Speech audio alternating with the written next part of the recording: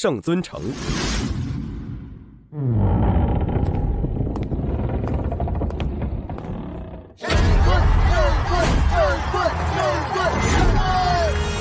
持续了500年的战斗，牺牲了多少生死兄弟，终于在我这里结束了。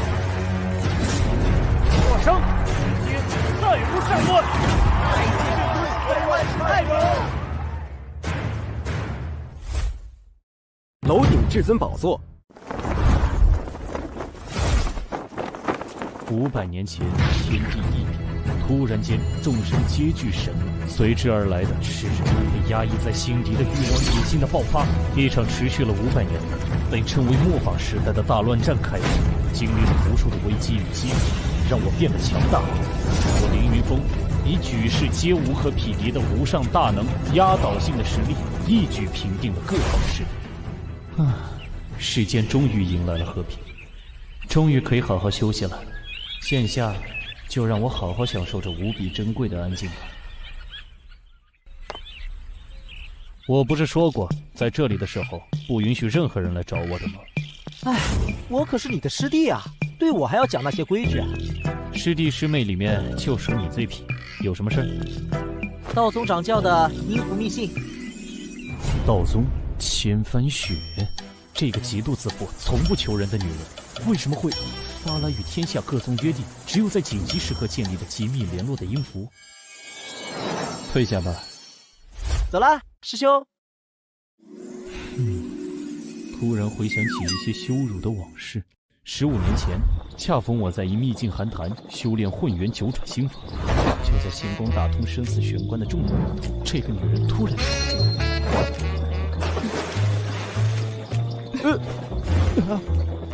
你是何人？饶我冲关！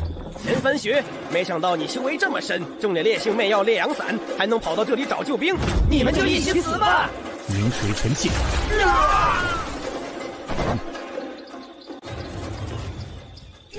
糟了，气流旁脉，走火入魔了。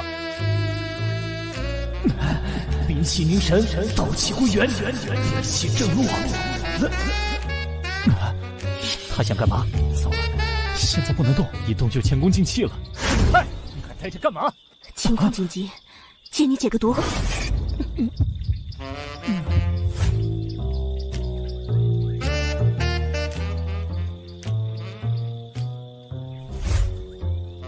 日后有困难，报上我千帆雪的名号，必当报答解毒之恩。我操，这就是传说中的事了拂衣去吗？玷污了老子的清白，就这么走了？千帆雪，老子记住你了。 真是屈辱的回忆啊！想我凌云峰一世英雄，然被他拿来当解毒的工具人。后来，在一次各宗围剿魔宗的战斗中，初次见面，道宗九州行令千帆雪。幸会啊！但我怎么感觉咱们似曾相识啊？是吗？我对男人一向脸盲。更可气的是，之后也曾多次一起合作奋战的经历，但是这家伙居然没事的人似的，把我当成陌生人一样。但是这个女人确实有着不输男儿的勇略和胆气，也有着为了和平而豁出性命的觉悟。奋战多年后，她成为了道宗新一任掌教。今夜子时，道宗后山不归封地，要事相商，务必前来。邪魔外患都已经基本压制的当下，会有什么紧急的要事需要动用阴符？道宗。 不归封地。我去，偏偏选在这种地方，马上就勾起了屈辱的回忆。圣尊，你来早了。普天之下，能让道宗掌教千帆雪动用阴符的事情，勾起了我的好奇心。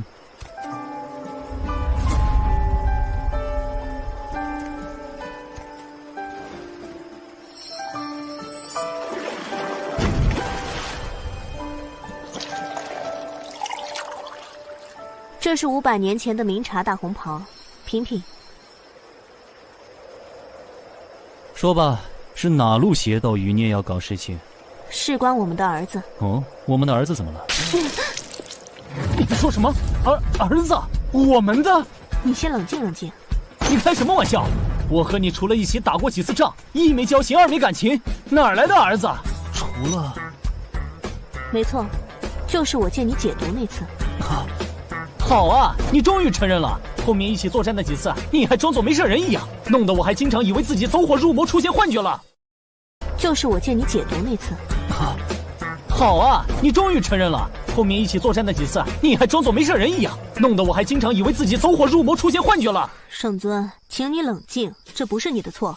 你让我怎么冷静？老子这辈子对女性恭敬有礼，平等待之，从没有越轨之举，却被你做了解毒的工具人，还拖走了老子的。最后你倒好，歪屁股来一个4两福音券，连句谢谢都没有。够了没？有本事声音再大点，弄到整个道宗山门都知道。你紧张什么？至始至终，又不是你做错事。对啊，又不是我做错事，我紧张什么？倒是你。没错，是我。所以这些年来，我也从来没想过要谁来负责。这次……等等，怎么了？我要先冷静冷静。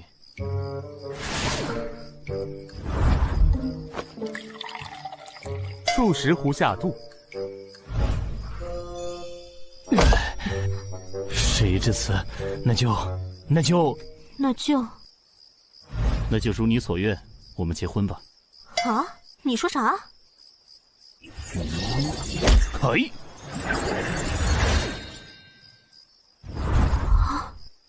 虽然你我没有什么感情，但是既然孩子都有了，结婚吧，日子你定。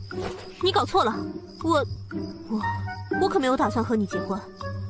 喂，你在逗我玩吗？那你这么突然的找我过来，告诉我们有个儿子干嘛？因为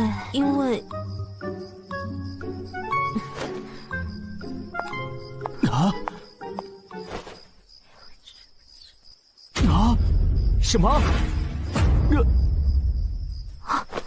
我先回去想想法子，过几天给你答复。等等，怎么了？我突然跟你说有你的儿子，你就没想过我是骗你的？说心里话，你我初识之事，让我对你没什么好印象，自我中心，不懂礼貌，粗鲁。但是后来咱们一起面对的那些决死恶战，你那奋勇杀敌在前不输男儿的气魄，让我又对你有了改观，还挺欣赏你的。有时候还想过和你结拜为兄弟。谁稀罕和你做兄弟？还不快去想办法！那就过几日后见。啥情况？啥情况？啥情况？什么情况？什么情况？什么情况？儿子！什么情况？淡定，淡定。本尊心境一修至古井不波，水天止境，万千强敌于我面前都面不改色。现在怎么会心跳得如此厉害？不行，突然这么惶恐让我很不适应，要找人打一架才行。魔宗摘天阁。圣尊，快拉响警报！警报太慢了。叶万万，出来干架！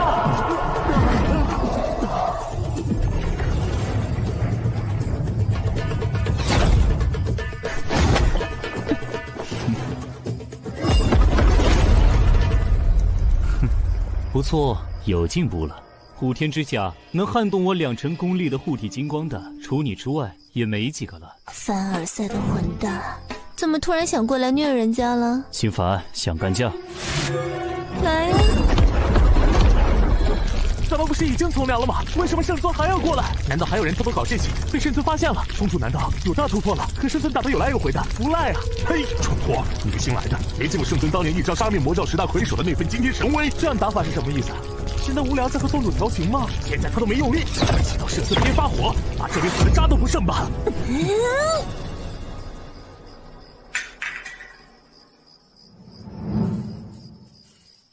来。大哥，你每次有什么烦心事就找我来干架，我这小身板会散架的。少来，以前都是你追着我试招，我啥时候抱怨过？放眼天下，也只有跟你打架才能痛快一点。普天之下，也就你把我当男人一样揍，其他男人哪个不对人家怜香惜玉？我们不是打架打出来的老铁吗？普天之下还有啥事能让我们的无敌圣尊烦心的？我可是十分好奇呢。没有任何先兆，没有任何心理准备，我突然间冒出个儿子，还是和那个千帆雪的。对不起，我没忍住。我完全不知情，好不好？就是之前我在修炼的时候，不许欺负我妈妈。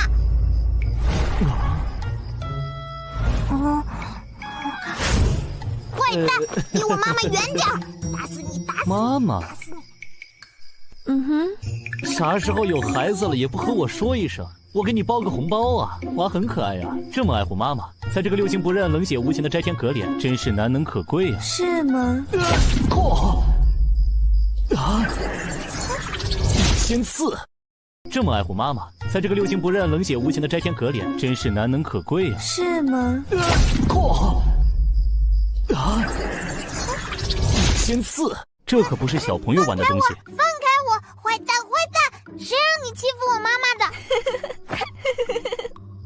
这东西可是一个不小心就会摆伤自己的呀！啊！喂，你！哦，真是个顽皮的孩子，你可知道本村百毒不侵？好苦，好涩啊！这是什么玩意儿？这是他从五毒老那里搜刮来的无味丸，毒性不大，却无比难吃。别人看不上的东西，他却玩得挺溜。好涩，好苦，好涩，好苦，好涩！叔叔生气了，这可不是小孩子该干的事情。好苦，好苦！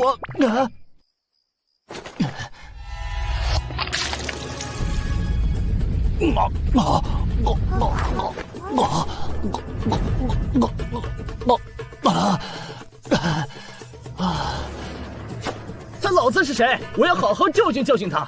居然把女儿养成这样，顽劣不堪！你女儿，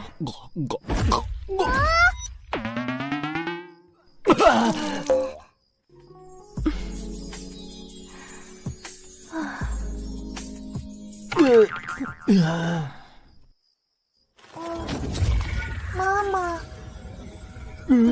晚点和你解释啊。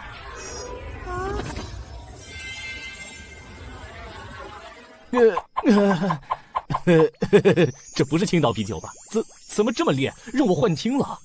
要不再喝几口醒醒神？谁济贫下肚？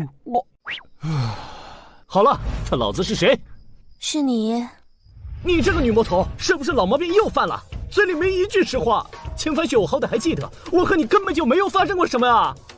确实，你还不记得呢。10多年前，我还是摘天阁圣女的时候，你神功出尘，疯了似的屠灭魔门众多高手，逼得原本各自为战、互相算计的魔头们联起手来，终于将你抓住了。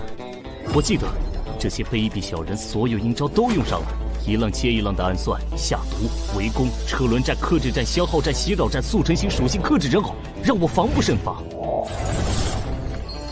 把你抓住之后，两方势力又恢复到了分庭抗礼的状态，甚至还隐隐有压倒你们的势头。从今以后，神挡杀神，佛挡灭佛，那些阴险狡诈的家伙们野心更大了，想要雄霸天下，就开始了一场大内斗。居然还有这一出！那时候我都被你们关在无间狱里，差点命都没了。你呀，真是气运之子，也算你命不该绝。普天之下，也就你敢对我这么放肆。谁让人家是女魔头呢？说重点，少来这套。你也知道，我当时修炼的是明月素女心法。我知道，你们这魔门独有的独特功法，能兼收他人万法于己身，比几百年前小说里的北冥神功还要厉害。你派英子出了不少绝世的大魔头，不过也因为能化归万法，助他人法力倍增，被称为万能大武功。然后就遭到所有人的觊觎，导致你派始终人丁稀薄。对啊，所以当年的吴老魔把你擒下之后，心态飘了，联手阴谋设计我，妄图平分我这一身法力，继而一举瓜分整个华夏神州。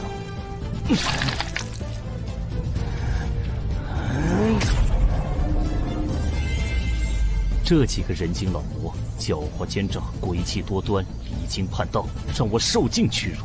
越想越气，他们现在躲在哪里？我想去把他们揍一顿，出出气。行了行了，要是你看到现在的他们，恐怕就气不起来了。哦，他们都在干什么？千手魔佛被你一招废了修为，闭关10日。据说大彻大悟，由魔入道，开始走遍神州大地，弥补曾经犯下的罪业去了。哦，我就说这家伙佛理通玄，遍及犀利，明明了悟佛理，为啥会入魔呢？唉，既然从良了，我还真下不去手。阴山鬼叟炼制驱策万千幽冥鬼王鬼将，自负天下无双，却被你使出的至真纯阳无垢的一剑杀灭3000凶鬼邪灵，吓得他心胆俱裂，神魂离散，现在住在精神病院重度病房。这还有其他几个？算了，真是恍如隔世，没想到他们的结局居然是这样。喂，你这家伙自从入了太乙境，真是越来越可怕了。随手就能把啤酒罐捏成稀释的七色幻彩石，拿来泡妞，要迷死多少女人呢？喂，别岔开话题，你还没说你是怎么……太乙境真是越来越可怕了。随手就能把啤酒罐捏成稀释的七色幻彩石，拿来泡妞，要迷死多少女人呢？喂，别岔开话题，你还没说你是怎么……后来嘛，他们联手做局，对我下了天下第一猛药烈阳散，企图乱我神智。我当然没那么轻易就范了，拼死逃了出来。又是烈阳散，我去！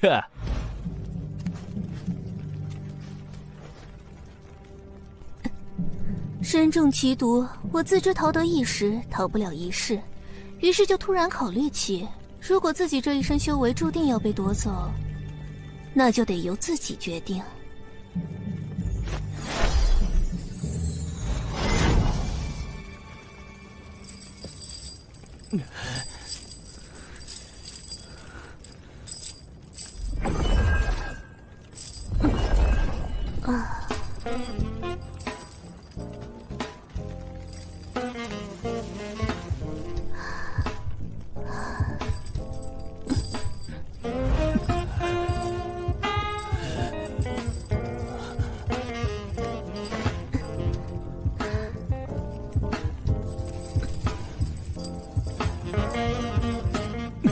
封魂术。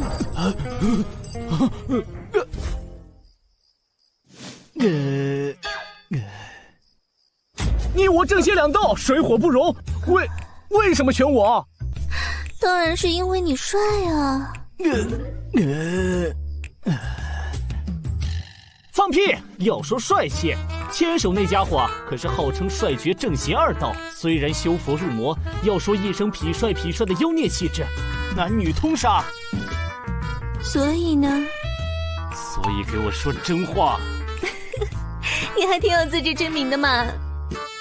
其实人家也是深思熟虑的啦。从结果看，正因为我的选择，才有了现在的我，魔宗至尊，还能与你一同饮酒闲扯。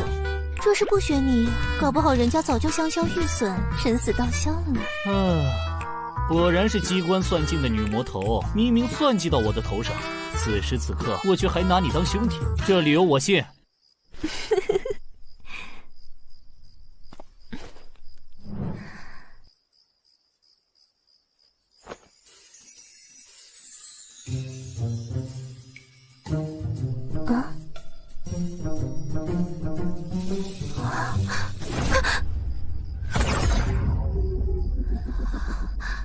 那么我们结婚吧。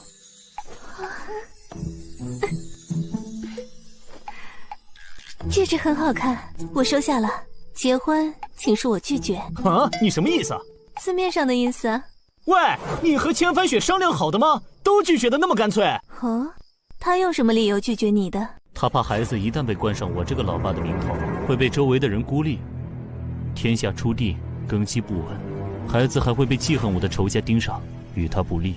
他说的很对啊，接下来要面对的问题还很多。你虽已当是无敌之能，强定天下，但是于内，你之下还有3散仙、4绝顶、5宗、8帮的绝顶高手们都在隐而不发，敛迹藏形，其中不少都在觊觎你这无敌至尊之位。于外，神州之西有大罗刹，统帅西域诸国，南摩尼、北韩离，东方隔着大洋自称天国的联邦操纵着东海邻国，都觊觎着我灵气丰沛。你还有不少硬仗要打，孩子会成为你的软肋。可是这里藏着的都是些杀人如麻、离经叛道、声名狼藉的大小魔头，这里会更安全。你可不用操这份心，他可是被称为摘天阁小魔星，而被这里的老家伙们畏惧着。这不就连你都吃了他的暗亏吗？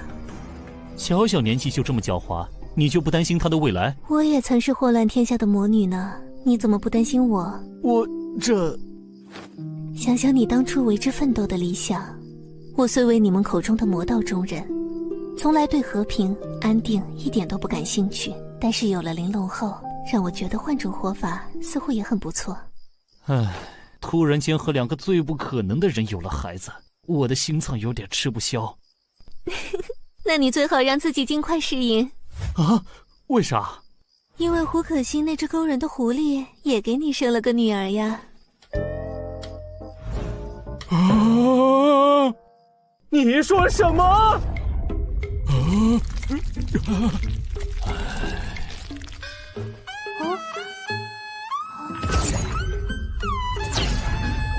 变得越来越有趣了呢。不可能，不可能！与这胡可欣相交之事，是当时为了和西南大越昆仑建立外交同盟之事。不可能，不可能！与这胡可欣相交之事，是当时为了和西南大越昆仑建立外交同盟之事。我的记忆全都很清楚，根本没有发生过什么不可描述啊！不对，难道12年前神州人处五龙争逐的局面，西方大罗刹国生了东扩之心？第一步便是以大罗刹太阳王与九尾妖王胡可欣合军为王，先做下第5亲王白夜为师，至神州西南门户的万妖国度的大越昆仑让其称臣。我受托作为神州使节，单枪匹马赴大越昆仑。那一日，我一剑斩亲王，天下正动，大越国政变。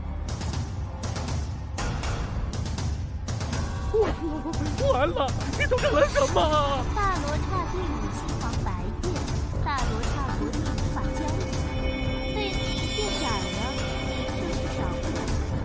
动手之前可曾想过，大罗刹国强兵压境，我大越小小群妖栖身之地要好，你们神州政治内乱，立得住吗？国主尽可放心，正因不想战，才派了白叶子等人。作为来世示威，只有斩了他，罗刹才不会即刻入宫。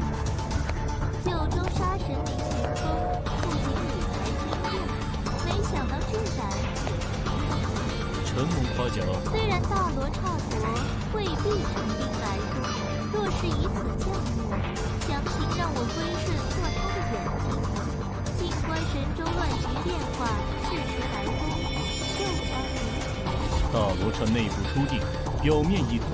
神作与王权力相互依附，10年之内经不起一战。他若敢前世再来相遇，也让他问过此剑。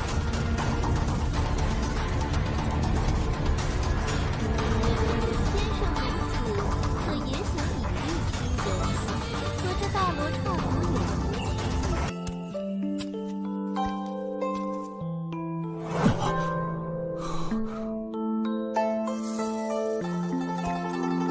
说到底，我们这些夹在大国之间的边陲小弟，为了求得平安，便只有附庸、伪制、和亲进贡这点手段。那么，上使大人，您是想要哪个呢？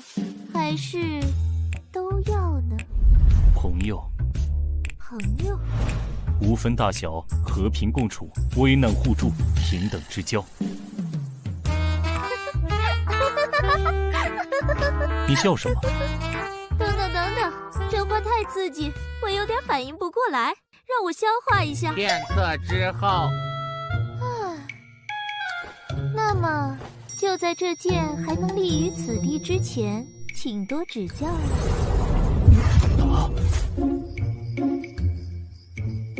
问题就出在这里。之后我便于第2日回去了。现在想来，我并没有这之间的记忆，这是怎么回事？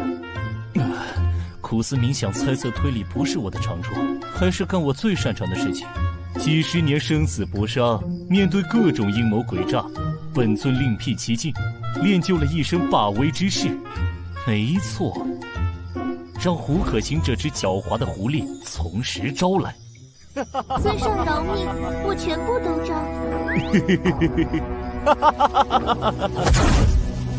我们的圣尊已经心乱如麻，完全忘记了此行的目的。大越国政变，神户大罗刹上国特使臣驾临。他们今天有外事。不对啊，我这会儿不是应该愤怒的到这只祸水妖孽的面前，指着他的鼻子大声质问他的吗？我为什么要躲呀？我该怎么说呀？胡可欣，你当时是不是对我做了什么？给我从实招来！这样是不是有点凶啊？老爸，你来干什么？来找胡可欣这女妖精的麻烦。为什么你要找老妈的麻烦？当然是因为是谁？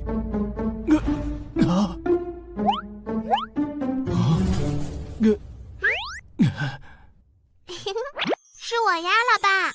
哦，原来如此。你说什么？外敌入侵，在侧进！糟了！最糟糕的出场方式，不能再友邦大动干戈。乾坤倒转！乾坤倒转，凌云峰入太乙上清境后修成的10大旷世绝学之一，能够将整个时空回溯至30秒之前的状态。曾经让无数强大的敌手尝尽败绩的绝学，现在居然被他用在这种地方。30秒前，是我呀，老爸。能够将整个时空回溯至30秒之前的状态，曾经让无数强大的敌手尝尽败绩的绝学，现在居然被他用在这种地方。30秒前，是我呀，老爸。哦，还好有这招。小朋友，老爸可不能乱教。你家长是谁啊？怎么在这个大月皇庭里乱跑？很危险的哦。我老妈就是刚才你说的那个女妖精，老爸就是你啊。是吗？是吗？原来是我呀！外敌入侵，在侧进！糟了，最糟糕的出场方式，不能再友邦大动干戈。乾坤二转！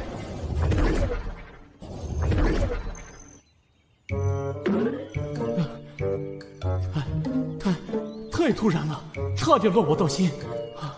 我从未有过和小孩子战斗的经历，该怎么办？那个，你娘真的这么跟你说的？府上大人，你终于来看我啦！整整12年了，从小到大，我都在大殿顶上盼星星盼月亮的等您过来呢。昨天我还看到一颗流星，许了愿望，希望府上大人像一个大英雄一样从天而降，前来拯救我们。没想到愿望成真了。12年，看来他说的没错了。面对眼前这个渴望爸爸的孩子所展现的纯真，圣尊瞬间觉得愧疚万分，自责难受。对不起，老爸来晚了，来吧，爸爸抱抱。府上大人，你快救救母上和我吧！大罗刹国派了使者过来，向大越国索要进贡。昨日突然又发文书要和母上联姻，要我嫁给他的第2皇子。联姻？这罗刹的老家伙贼心不死，年年都惦记着这事。趁着我神州出地500会改心之际，又偷偷来搞事情，对那狡猾的母狐狸贼心不死，还惦记上我闺女。干嘛？替你们出头，教训教训这帮贼心不死的罗刹兵权。真的吗？府上大人，您真可靠啊！为什么被这孩子一夸，嘴角就忍不住的咧了起来？抓紧喽！大越国大殿，尊敬的大越国女王，1天时间已过，我大罗刹国圣王第2皇子与大越国公主的得亲请求，您安排好了吗？我儿年纪尚小，顾及婚嫁之龄，等再长些时日再探讨不迟。此时圣王早已为女王考虑过了，只需将公主接去圣都，一边接受最好的教育，一边和2皇子亲近培养感情，待到适婚之龄，即可举办举世皆知的盛大婚礼。大越国也能永享我大罗刹国之庇护，延年千秋万世。本王仅有一个女儿，若是离了太远，心下不舍。无妨，圣王思虑周到，若是不舍，已经将老师送了过来，先行照顾培养公主。我大越国虽是边陲小国，也不乏博学广识之士，不劳费心了。是吗？贵国可有人能比得上圣王费心为公主安排的名师吗？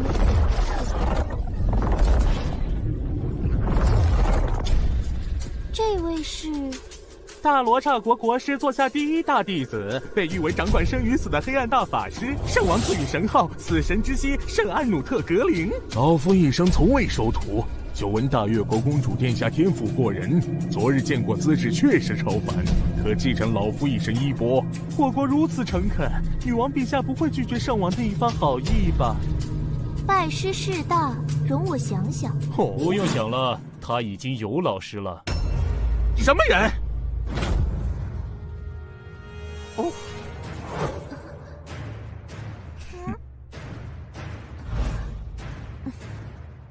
我倒是哪位呢？不讲礼仪，也不通报，就闯我这大越国殿堂，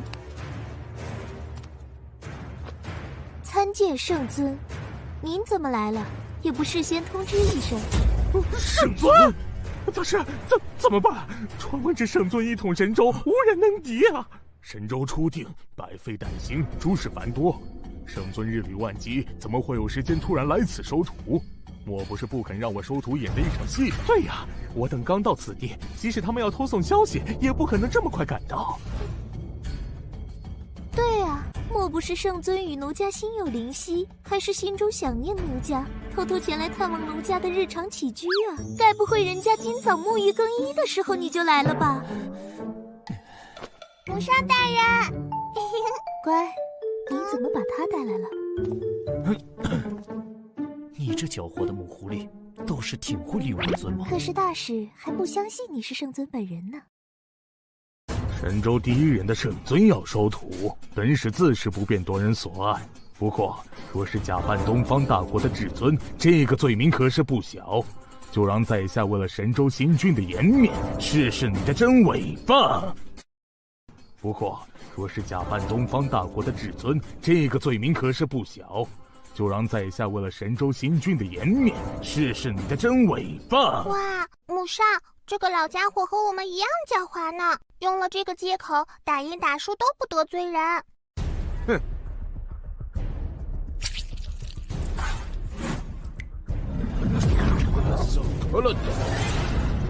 这是降神术，召唤世界法则的神明。世间能得到神明认可、授予法则之力的大贤者屈指可数，而掌管生死之力的死神，也是众神中令人畏惧的存在。凡间一切攻击无效，收割一切生灵。没有那么玄乎，还请这位圣尊赐教了。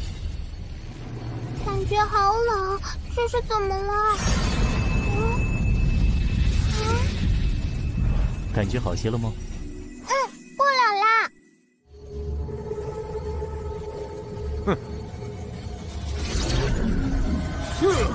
降神术算个什么东西？听说过东方的玄术化神吗？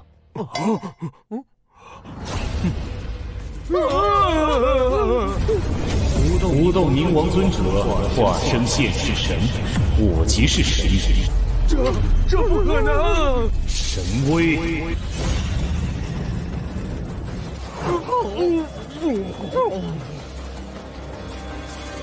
告诉你们的王，神州虽是初定，只要有我在，即使周边邦国也休想染指一分。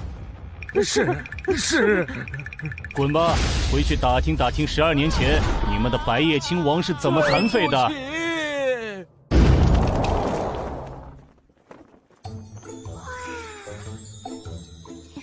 母上大人，母上大人，是你安排父上大人前来救场的吗？我也不知道啊，罗刹使者来得突然，圣尊是如何得知此事的？本尊耶！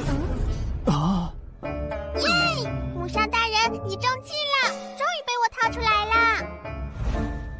他真的是我老爸，是不是？没错，你赢了。耶！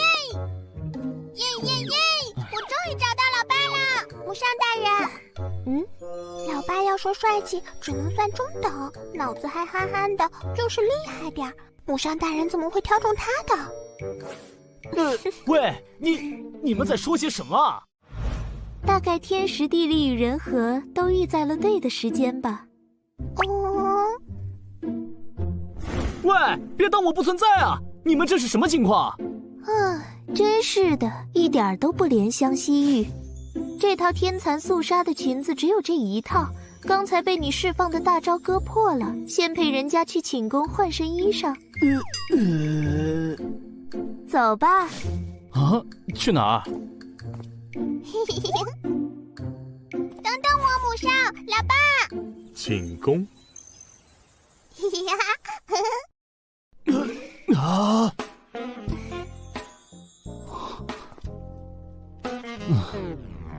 你咋不看呢？母上大人不好看吗？小小年纪想什么呢？这叫尊重。外面的雄性哪个不直勾勾的盯着母上看？那代表母上大人有魅力呀。你老娘平时都怎么教你的？我用自己的一切魅力征服对手，以柔克刚呀，欲拒还迎呀，大棒加萝卜。怎么样，这小家伙很机灵吧？哪有你这么教孩子的？这小家伙学得可快了，狮虎帅、大元相的崽子们都被他训得服服帖帖的，唯他马首是瞻呢。歪理，快说，到底怎么回事？这小家伙懂事之后，就一直想知道他爹是谁，我始终没告诉他。爹是本尊，很让人丢人吗？所以我和他玩了一个游戏，让他自己找。人家翻遍了大越国的外事目录，把10几年前所有可能的人都列了出来，然后一个个的试探，就还剩几个了，其中就有父上大人。没想到父上大人自己就找上门来了，然后我就顺水推舟，一边让父上大人来救场，一边就可以从母上大人这里来套话了。哦，我懂了，我懂。素质教育，寓教于乐，对吧？作为大越国下一任女王，在大国包夹之下纵横开合，左右逢源，这是必须掌握的技能，也是她未来能够保护好自己，守护好万千妖族子民的王道。那就不当这个公主了，做个快快乐乐的孩子。世界上不太平，我等王族必先承其重。世界上不太平，我等王族必先承其重。我想要的太平，不只是一国之太平，而是让渴望太平安乐的人都能够享有。我希望孩子能无忧无虑的生活。真的吗？人家可讨厌当什么公主了，要学那么多礼仪，背那么多周边国家关系的情报，吃到好吃的东西还不能吧唧嘴。12年前你说这话的时候，人家当成了一个愣头青讲的笑话。现在我很期待实现的那一天。不对，说了半天，你还没告诉我，你到底对我做了什么？为什么我什么都不记得？母上大人，您对父上大人用了那招。不愧是我家的宝，真聪明。啥招？我大越国建国数百年，不仅仅要靠手腕，也要有强大的后代。目标首重情义和实力，次看背景与权势。但是那些目标人物大都是惊才绝艳、惊世无敌、手眼通天之人，或有伴侣，或有联姻，或诸事牵绊。如无看家手段，哪能次次如愿？母上大人说我九尾狐一次，中招只可随意摆布。母上大人，10多年前，父上大人虽然厉害，和当时顶尖的大宗师们也还有差距吧？您为啥选中了他呢？对啊，为啥盯上我了？我也太无辜了吧！大约是人家唯一一次被某人的率真和勇敢勾起了魂吧。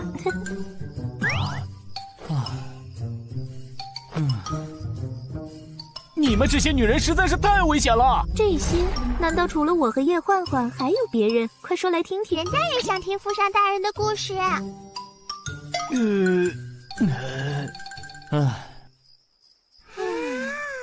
哎呀，首先呢就是不啦，然后呢就是1个小时之后。既然他们都不肯和父上大人结婚，不如就由母上大人和父上大人先结婚吧。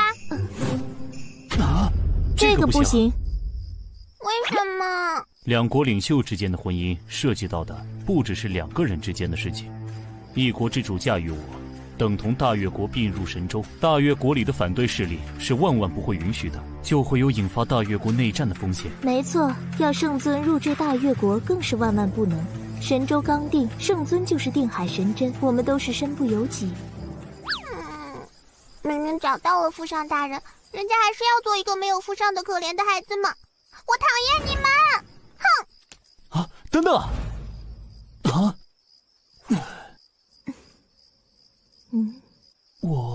这就是生在帝王家所必须承受的。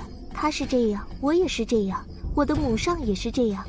我比较幸运的是，我以自己的意志选择了这孩子的父上。你去哪里？唯有孩子，父母不可辜负。我会想法子的。走之前先陪陪他吧。知道你是他的父上，其实他很开心。啊？你怎么知道？我们狐狸啊，一开心起来，尾巴就会不自觉地摆动起来，比嘴巴诚实多了呢。那你岂不是也很开心啊？此时此刻确有些许。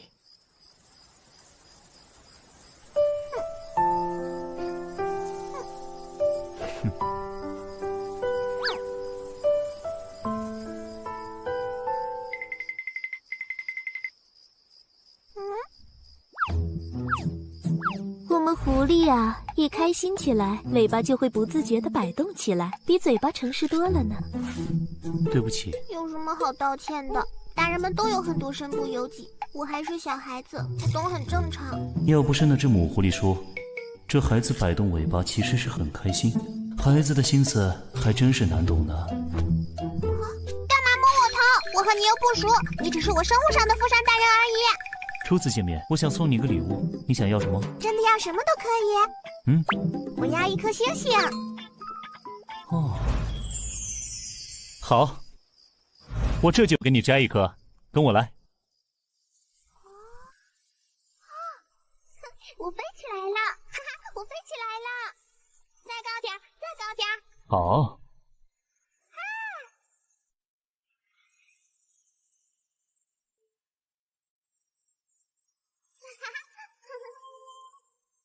第一次这么近看星星和月亮。看仔细了，我要摘星星了。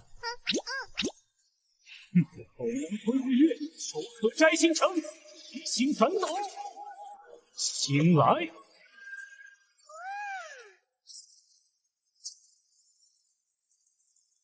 哇！口能吞日月，手可摘星辰，一星反斗。星来。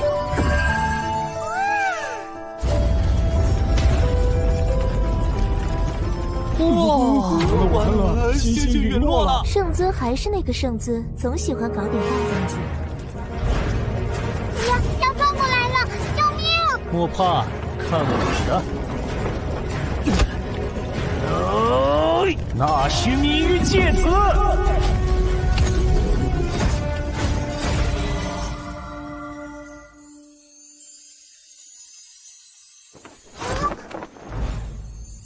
拿去。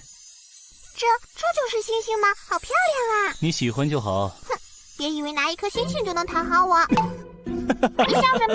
那狐，你母上告诉我，你一开心就会摇尾巴。才没有！人家讨厌父上大人，那么久了都没来看过人家，害得母上和人家总是被欺负。对不起，以后若有人再敢来找你们麻烦，对着这颗星星呼唤我，哪怕万里之外，我也会立刻赶来。真的？不是外交辞令？真的，你父上大人可厉害了，说到做到。我相信父上大人。星星摘来了，回去吧。好。我还不知道你。我叫轩轩，带草字头的。轩轩，真是个好听的名字，我记住了。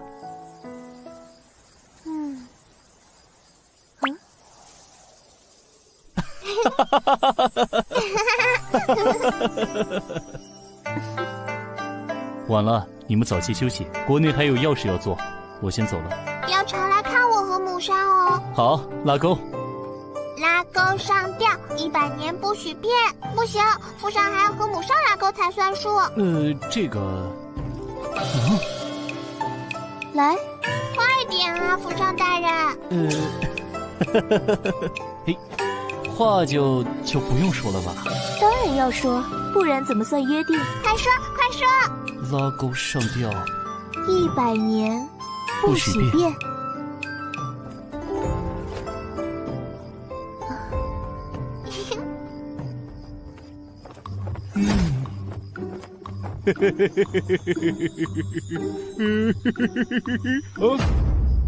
我去，本尊这是怎么了？居然会这么失态！东西怎么又乱了？深呼吸，深呼吸。圣尊因为初为人父，不自觉地感觉到温馨，从而感觉到自己从未感受到的情感体验，而变得过度紧张，意外开发出了新的超绝法术——吞吐天地。我去，心里还是紧张的不行。突然间有了儿女，还是和那3个根本不可能的女人，我一点心理准备都没有，怎么办？怎么办？啊，有了，找文玉峰那家伙商量商量。他可是被称作圣天一部的无双谋士的家伙呀。说走就走。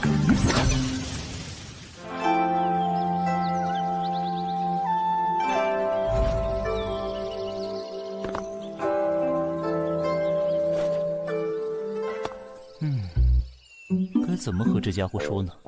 啊？平时来不都是推门进来的吗？这次是怎么了？嘿嘿嘿嘿。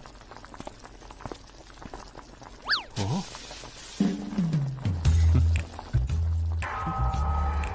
快来快来，整2口。脑松罗接管烧火锅，普天之下只有你干得出来。为了神州一统，为了算计，此刻重回人算之境，此盘以我之用，无非烤烤火，闻闻酒，自娱自乐。自古谋士都是为了自己的理想，纵横开河，逆天砍命，多谋善断。但是这家伙将谋的境界从人谋上升到穷理天算的地步，大典算术，算尽天下，人算谋阴，神算谋阳。但是在能够算尽未来一切可能的天算面前，所有的阴谋阳谋在无尽的算力面前毫无抵抗之力。但是此算之后，他耗尽毕生算力，由天算回归人算之境。神州未定，还有很多事情等着我去做。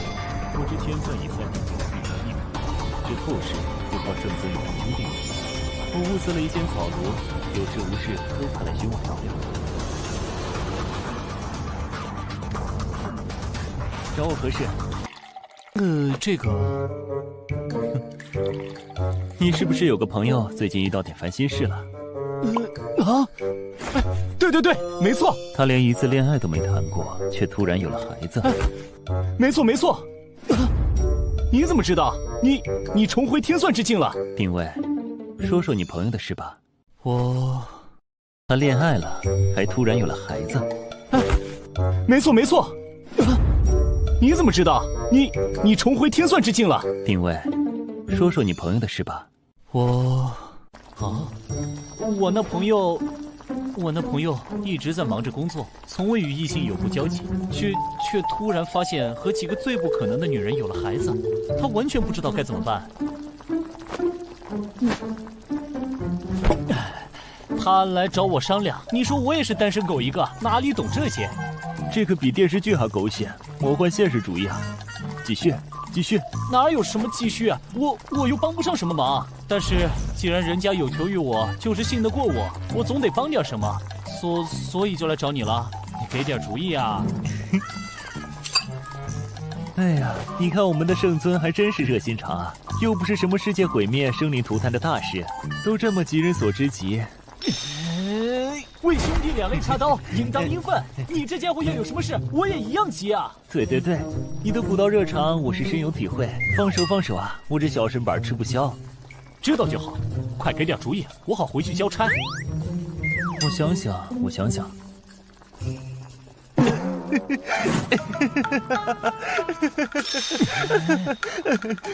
不行了，我装不下去了。喂，你在耍什么活宝啊？知不知道你现在很欠揍啊？喂，你知道15年前我使了那此生唯一一次的大眼天算吧？怎么突然提这茬？我曾经告诉过你们，大眼天算是算尽一切可能性的天算神术，一切人谋尽在天算之内。其实只有体验者才知道其中的秘密。脑子里出现的并不是什么9宫、4盘、64卦、天干地支那样的算术、符号和文字，那是一幕幕真实的画面，从起点开始看到一切的可能性，失败的、接近失败的，各种成功的可能性。各种？是啊，各种。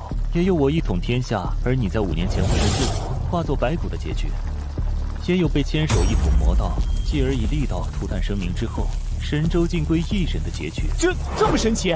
那现在这……你的奇遇，你和千帆雪、叶焕焕、胡可欣的事情，是从算术刚开始之后，我选择了某条未来起点的结果。这么牛的吗？所以你全都知道了？不仅知道，可能比你还要清楚哦。那你怎么不早告诉我，让我现在这么难堪？轻点轻点，不知小身板吃不消啊！怎么感觉你才是这个世界上最厉害的人？所有的一切都逃不过你的五指山，并不是你想的那样。真正厉害的是你啊！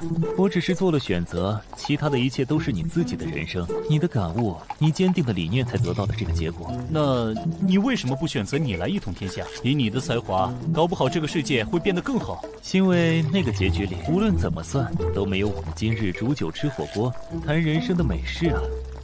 来，唉，既然你什么都知道了，那么接下来我该怎么办？你也一定都清楚了，快告诉我吧。若是能算进古往今来，恐怕我的脑袋早就爆了。我的算力仅在此刻为止。即使算不到，凭你的聪明才智，也可以帮我出主意吧。若是行军打仗、布阵行谋，我还能帮上一点忙。问题是我和你一样，光顾着打仗，都没时间谈恋爱，更不要说孩子了。唉，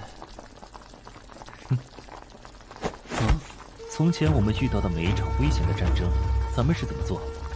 当然是迎难而上，攻坚克难。没错。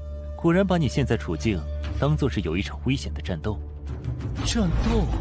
可是这不一样。没什么不一样的，咱们的圣尊怕过什么事情？既来之则安之，上吧。则安之吗？说真的，你还真让人羡慕呢。千帆雪、叶欢欢、胡可欣这些特立独行、容颜绝世的美人，都和你有了孩子，人生不是开始变得很有趣吗？做好了心理准备，你才可以坦然地面对更多的惊喜呢。加油吧，我的好兄弟！既来之则安之，既来之则安之。没错，本尊血雨腥风里一路走来，难道还会怕这种事？不愧是谋天文御风啊！这下我冷静下来了。那么就像以前那样，既然面临了这样的战斗，接下来我该怎么办？怎么办？烈阳伞，没错，烈阳伞，这才是祸害的源头。首先必须消灭这个祸害人的东西，避免悲剧再次发生才是第一要务。然后和千帆雪商量处理儿子的困境，再接着和叶欢欢商量女儿的教育和未来。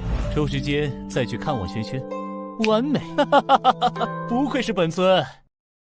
然后和千帆雪商量处理儿子的困境，再接着和叶欢欢商量女儿的教育和未来。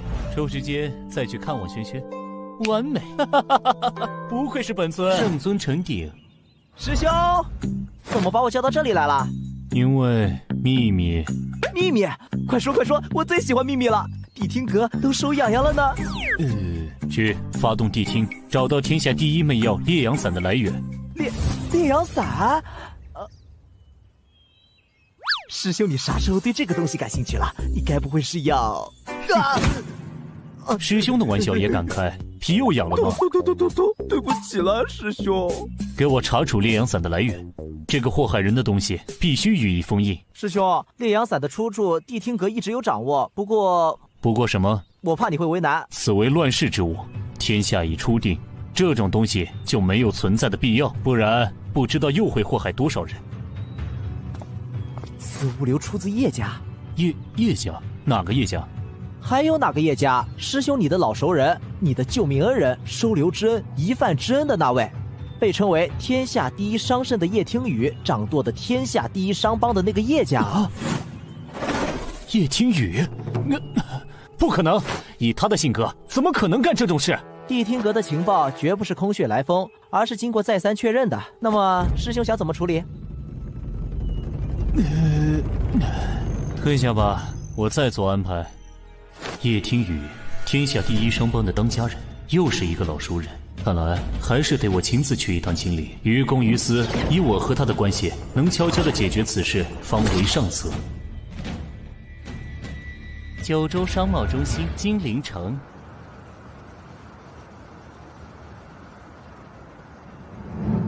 叶家总部大楼。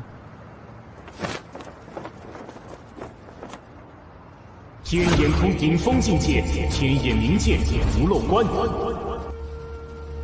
大楼有半圆形的结界6层，大楼共有5等分，一层比一层有着巨大气场的气芒，地面下有着露天的大阵，还有楼中的5个超级高手看着散发出来的气芒，应该是天下前20大高手的水平。维持这些结界所需要的物资，就算是日费千金也不为过。前20大高手，每个都是万金难求之人，不愧是天下第1大商帮的手笔。叶听雨这家伙软硬不吃，油盐不进。此行是我私人目的，若是用圣尊正式的身份来此提出干涉牵连甚广的地下产业不合适，传出去必会贻笑大方。我又欠了他天大的人情，也不能像在大越国那样以力道压服罗刹特使。还是悄悄进去，低调的处理比较好。他总不会不卖我这个面子。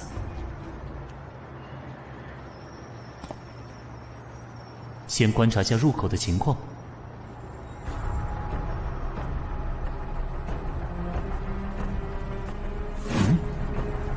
员工卡吗？通过。这是最新的身份识别技术吧？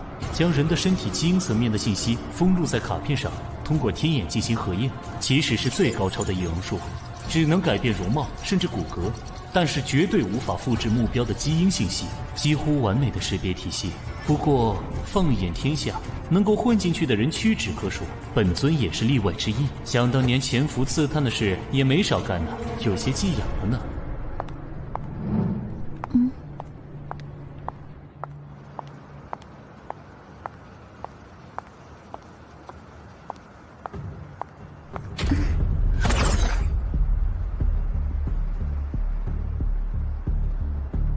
得罪了，借你身份一用。超绝变身法门，法相众生。法相众生，复制目标对象所有的基因信息，只有太乙玉清境界方能实现的超级秘法，完美。这身体有些内分泌失调，脾胃虚寒，这种小病，我就帮你从根子上治好，作为回报吧。好了，然后是隐身法、金刚结界、岩石还神秘法，这样他的安全就万无一失了。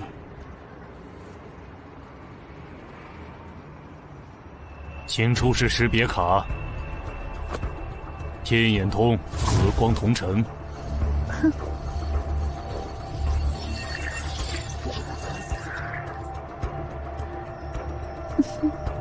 核验通过，请进。谢谢。小试牛刀，第1关轻松通过吗？那么守在第1层的高手是谁呢？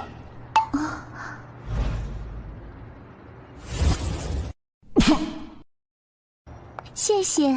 小试牛刀，第1关轻松通过吗？那么守在第1层的高手是谁呢？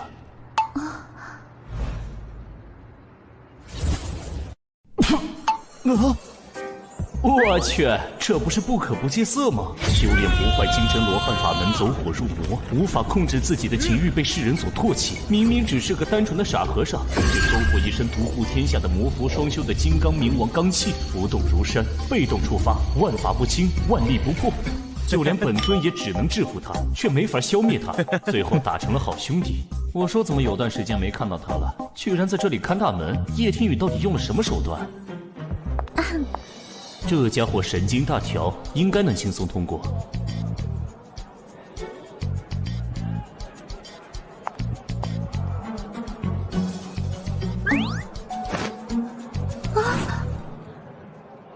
我去，什么情况？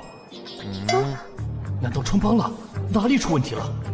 喂，昨天你爽约了，人家在好太要等了你1宿，你干嘛去了？人家可是为了你精心准备了一场脑洞大开的约会呀！他们还有这一腿，这也太巧了吧！这身材直戳不可不戒色的口味，加上他的反差萌，反倒成为妹子们的心头爱。你要怎么赔人家这片被辜负的真情啊？我去，放开我！你不告诉我原因，我就不放开。你哪怕红了我都不放开。还好我知道怎么对付这家伙，不然真的就麻烦了。狠狠地扇他一耳光，然后把问题抛给他。什么原因？你问我？你不会自己想吗？对不起，亲亲，我错了，我反思。没想清楚别来找我，我要工作了。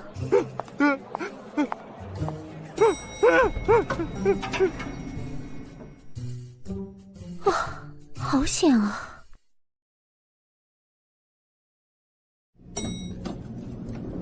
啊，每隔20层电梯就换一次。为了防止潜入者一路直升顶层，思虑周详，真是叶家的风格。这层的守门人会是谁？糟糕，算胜！吴应生，此人天赋异禀，过目不忘。本是东方世家第一谋士，唯独败在文玉峰的天算神术之下。东方世家落败之后，这家伙也失业了，没想到也藏在这儿。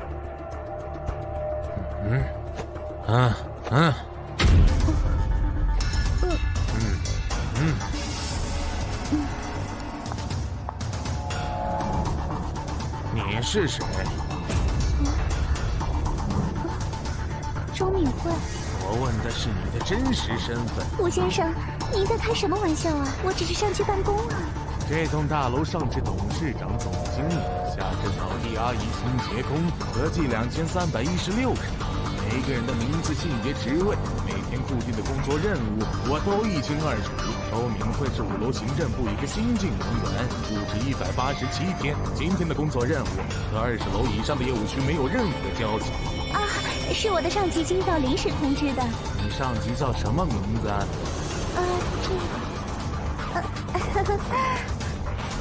怎么办？能在这个老头面前说谎的人还没出生啊！有了！乾坤斗者也是我的，乾坤我定！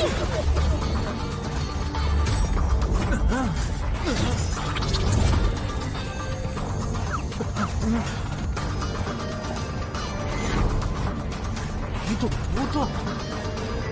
这个法术能够任意操纵周围时空的流逝，圣尊独门绝技。圣尊，果然是你呀！没错，是我。圣尊此番装扮悄悄前来，不走官方渠道，又没有大动干戈，是找叶家主有什么重要的私事相商吧？跟你们这些聪明人打交道就是方便，那么你能行个方便吗？方便。如今在下给叶家打工，求个安身之所。圣尊与叶家家族渊源深厚，私事更是能够加深这种深厚的关系。在下顺水推舟，做个人情也是应当。老狐狸，难道在哪里都混得开？不愧是算圣，待在这里不会大材小用吗？天下初定，要的不是我这种搞阴谋、搞分裂的老东西，要的是建设人才。老夫失业了，得罪了太多人，想要有个安身之所，已是难得。还望圣尊体谅。理解。那么我可以上去了吗？老夫这关没啥问题，只是上面还有3个家伙嘞，另外2个应该没什么问题。老夫传您应对之法，只是还有一位圣尊的老熟人，只能靠您自己了。谢谢，此番帮忙，日后相报。上面还有3个家伙嘞，另外2个应该没什么问题。老夫传您应对之法，只是还有一位圣尊的老熟人，只能靠您自己了。谢谢，此番帮忙，日后相报。不客气，还望圣尊罩着。好说。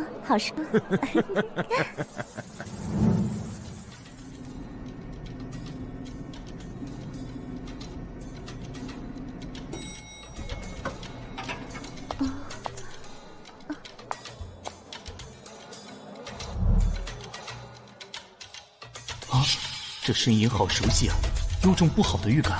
天下无敌的圣尊既然来此，缘何如此鬼鬼祟祟？我去，剑道第一人，剑痴宇文峰。这位大人，您认错人了吧？我只是集团的员工，上来汇报工作的。外表可以改，内在可以变，唯独人之神韵不会变。圣尊乃是我毕生追求的目标，细举一动所展现的气质，在下不可能认错。这里没有其他人吧？除我之外，并无他人，圣尊大可放心。你这最精剑道极境的剑痴，为什么会在这里看门？他们到底给了你什么条件？一个可以名正言顺向圣尊求剑的机会。周武练剑啥时候不行？为啥偏偏选在这里？神州初定，能够让圣尊有心对招的机会少之又少。有一个人告诉我来此处等你，机会自会到来。又是文玉峰那家伙的鬼主意吧？我已人中无敌，圣尊则开创了前所未有的更高境界。若是称作半神之境也不为过，让我为之着迷。你这话要是旁人听起来很尴尬呀。还请圣尊接我一剑。哼，来吧。无上剑道，一剑归去。不愧是剑道第一人，这也是剑道极致。只是朴实无华的拔剑4项对手，却在一瞬间行云流水一般完成这一切。换做普通人，还来不及反应就已经死了。但对能够任意操作周围时空流逝的我，却还是没有威胁。本尊也希望未来能够有能跨越臂障来到同一境界的对手。虽然不知道要多久，此招便是我助你开悟的礼物，有着附上无上道印的印证。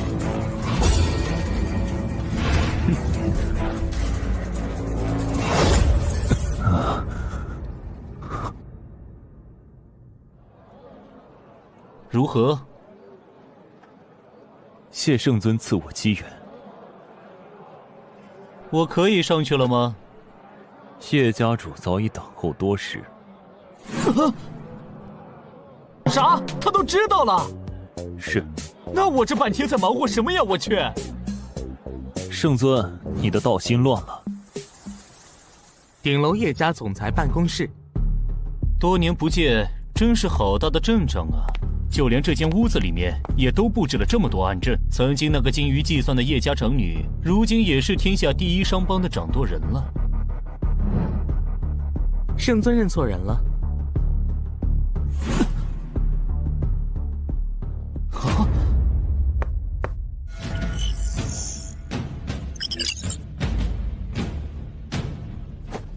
圣尊请坐。你是谁？叶听雨呢？她是我母亲。你就是传说中极少露面叶家新任掌舵人叶听雨的儿子。圣尊此次微服前来，是有何事需要我叶家暗中配合？哦，你怎么知道我此次来的目的？外面那几道结界只是个诱引，四面八方每隔100米都布有黑人通过探子。圣尊刚到此处，我便已知晓。哦，也许我是来兴师问罪的呢。若是圣尊想来兴师问罪，外面那些结界可防不住。所以我便暗中试探，从圣尊上楼开始。不可不戒色，吴老先生都是用来试探圣尊目的。若是圣尊怀着恶意前来，我此刻早已身处万里之外。你也见得到我，果然有其母必有其子啊，心思缜密，也狡猾得很。这是对一个商人最高的夸奖。圣尊此来有何事？但请直说。早就听说叶家新一任当家人年纪轻轻，心思缜密，手段也不输给他的母亲叶听雨。圣尊大人过奖了，都是母亲大人对我的教导。想当年我和你母亲交情不浅，她对我有救命之恩，那时候还没有你呢。不想这么多年，她的孩子都这么大了。圣尊此来若是想叙旧，可以再约时间，我的安排是以分钟计的。分钟？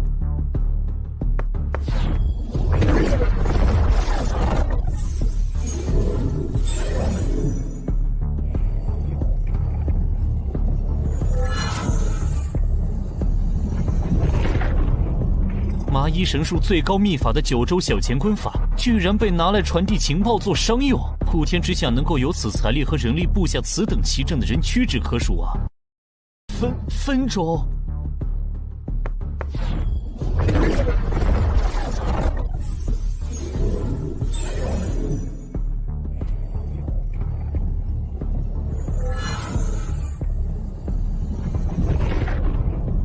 麻衣神术最高秘法的9州小乾坤法，居然被拿来传递情报做商用。普天之下能够有此财力和人力布下此等奇阵的人屈指可数啊！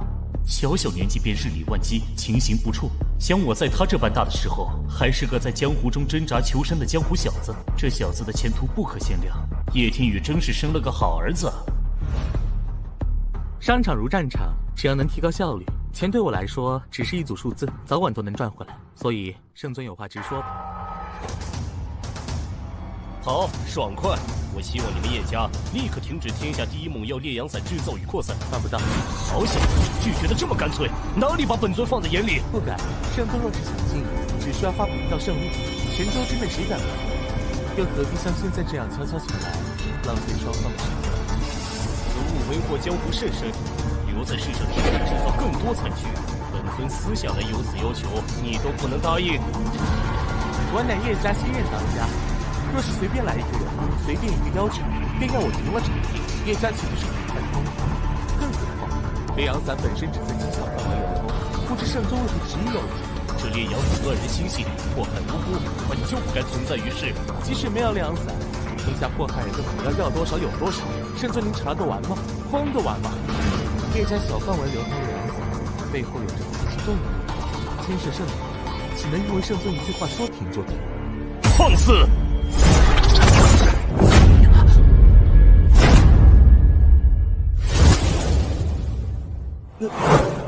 你怎么有点眼熟？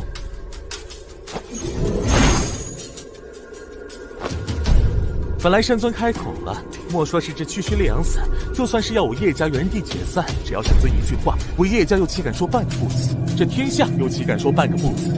只是不知这天下真是如同圣尊一统神州所说的，这天下是天下人的天下，还是说那些只是场面话？这天下就是圣尊您一个人的天下。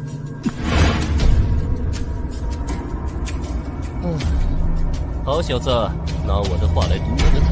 此时此刻，我若是本性发道，逼你照办；若是传扬出去，说我失信于天下，人就不好管了呀。正是，圣尊若无别的事，就请回吧。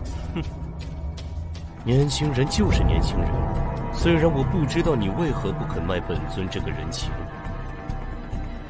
但是你若是以为本尊这么轻易就被你打发了，你就太小看本尊了。就让你知道，本尊能够统一神州，靠的可不仅是一身的本事。你想怎样？天下初地，治国是安民，安民便是要理财。叶家是天下第一商帮，本尊前来求教一些时日。为了天下安定，叶家主不会拒绝本尊吧？况我想的，本尊若是天天跟在你身边，你卖一次烈阳伞，我就跟你搅黄一次，看你能忍多久。圣尊日理万机，天下百废待兴，一个人掰成几个人都不够用，哪里有时间一直待在我这儿？你说几个人？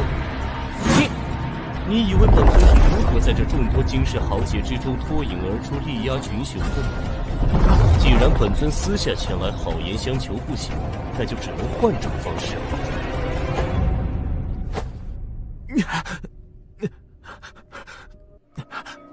这招元镜法相多费些精神，不能长时间施展，不过维持7、8个月还是没什么问题。儿啊，知道咱们圣尊的厉害吗？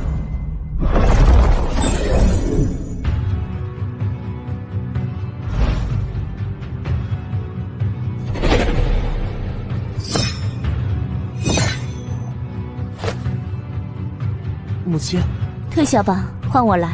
是。真是许久不见了呢，圣尊，一来就给我儿子一个下马威。好久不见，天宇。时隔这么多年，这个女人还是让我心里发毛。圣尊为何如此执着于烈阳伞？只是我一朋友深受烈阳伞之害，还有多少江湖豪杰深受其害。若不是你叶家为了江湖正道，我一定让他关门大吉。圣尊可知这烈阳伞的本名？烈阳伞真正的名字是叫送子观音的一种神药。送子观音？我去，还真是。这本是治疗女性不孕不育的神药，曾经帮助了许多无法生育的人实现了拥有下一代的梦想，也包括我。送子观音？我去，还真是。这本是治疗女性不孕不育的神药，曾经帮助了许多无法生育的人实现了拥有下一代的梦想，也包括我。啊，你？没错，我28之灵，天魁却始终不治。家里遍访名医，诊断我为孤阴之身，这辈子注定孤独终老，无儿无女。最后我找到了药王谷，求得了此药配方。药王谷？药王谷济世救人为宗旨，莲心怎么可能做出这种害人之物？不，怎么圣尊也认识莲心？他可是很怕见生人呢。一心钻研仙道，已属之极致。那是6年前的事了。哎，喂，现在是我在问你吧？别扯开话题。哼。送子观音药性神奇，女性服之则隐忍身，构体再造，可使绝地重生，3日内必能珠胎暗结。但也因为药性过于强烈，通体灼热，情火催生，也有用心者拿来害人。这难道要怪药和医者本身吗？既然你都清楚，为何还要在拍卖会上将烈阳伞流出？唉，这都是为了保护莲心，也想要保住这能拯救万千女性的奇药啊！一离开叶家不久，江湖上便出现了别有用心的邪恶之人，滥用此药害人之用，继而愈演愈烈。我曾极力阻止，却始终防不胜防。那些恶人甚至会搜寻不育患者前来求药，所以我有了一个计划。叶家一边终止了送子观音对外的销售，换之以2月春风的名字，并对病人进行隔离治疗，杜绝此药的流出。而后以烈阳伞的名头，在黑市继续少量流出，久而久之，江湖便只知天下第一猛药烈阳伞，忘了送子观音。而这2月春风则继续造福患者。换汤不换药，真像你这个女商人的作风啊！这是我能想到的最好的办法。换做你，有什么更好的主意？可是这些流出的烈阳伞也是为祸不浅啊！没有烈阳伞之前，江湖上仍旧有奇效同欢伞，烈火一支柴，为祸江湖。而这送子观音却拯救了比这数以千倍渴望求子的家庭。烈阳伞的小范围祸害，换取对千万不孕家庭的拯救，换作圣尊，该如何抉择呢？停！论理我说不过你，你赢了。但是我那朋友被这烈阳伞坑害不浅。既然你已找到控制2月春风的使用方法，你能否停拍此物？就当我欠你一个人情。5个。这什么？喂，你当这是菜市场讨价还价？5个太多了，2个，最多2个。4个。不行，还是太多了，3个，最多3个。成交。我怎么感觉有点不对劲啊？你怎么答应的这么痛快？因为莲心已经研究出了新药，副作用已经没了呀，所以我们本来也打算停了此药。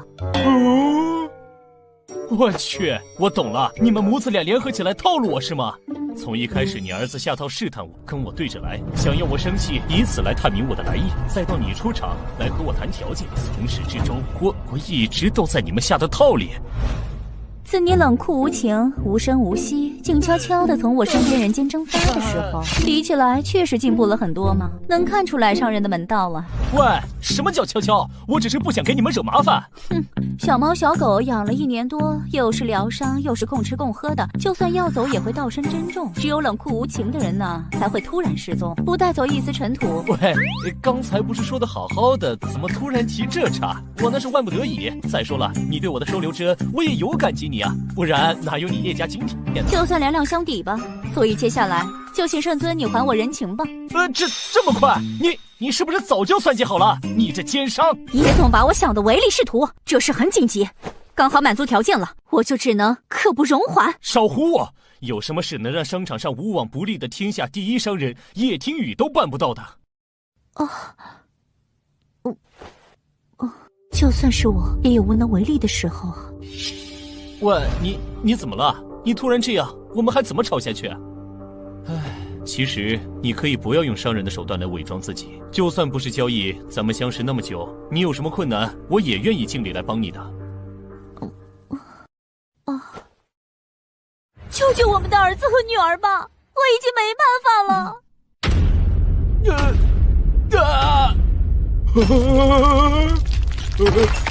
我是谁？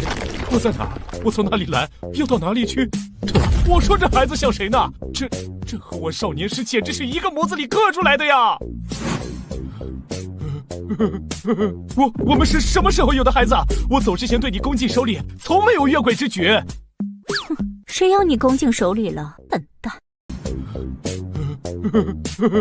我们是什么时候有的孩子？我走之前对你恭敬守礼，从没有越轨之举。谁要你恭敬守礼了，笨蛋！啊！你说啥？一切都是冥冥中的天意。送子观音，合之已久，女子服之功效如前所说，男子服了就会……男人吃了会怎样？18年前，我备好的药酒正要喝下，却被伤势意外打断。18年前。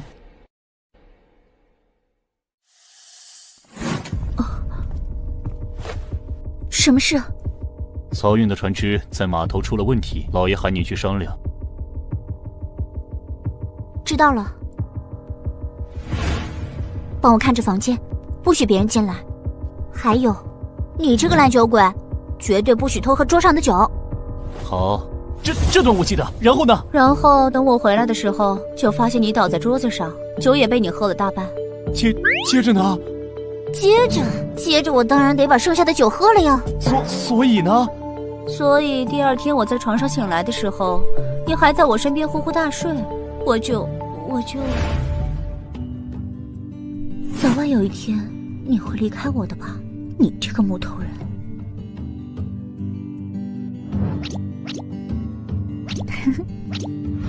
你就什么？我就给你摆回桌前，装作什么都没发生的样子，免得大家尴尬。为啥？我凌云峰是那种不负责任的人吗？当时的你如果知道这事，会永远留在叶家，留在我身边吗？为什么你觉得我不会？你会，不过自我在行商途中捡到你的那一刻，我就知道你的世界不在我身边。当年的你意志消沉，嗜酒如命，我居然会让你帮我看门，那是我唯一一次做了一笔亏血本的买卖呢。不过这次从你这里要来的3个人情，天下无敌的神州至尊的人情，终于让我给赚回来了呢。哼，还是说说孩子的事吧。他们怎么了？儿子虽然有点冷淡，但是和他一样，能在我面前始终保持如此冷静的同龄人，在这个世界上恐怕找不出几个。就是锋芒太盛，不知收敛，会得罪不少人啊！不会是有人要对他不利吧？从一个商人来说，他确实非常的优秀，优秀的远超同龄人，在商场谋略和胆魄上，连我也自愧不如。是啊，我刚才虽然被他摆了一道，但是我挺替你开心的，培养出了这么优秀的儿子。现在不知怎的，我也有点开心。其实他不是我们的儿子。啊，那是谁？那是我们的女儿。啊！小声点，你不是一直都很稳重的吗？这已经把本尊的3观震得稀碎的事情，你让我怎么稳重？到底怎么回事啊？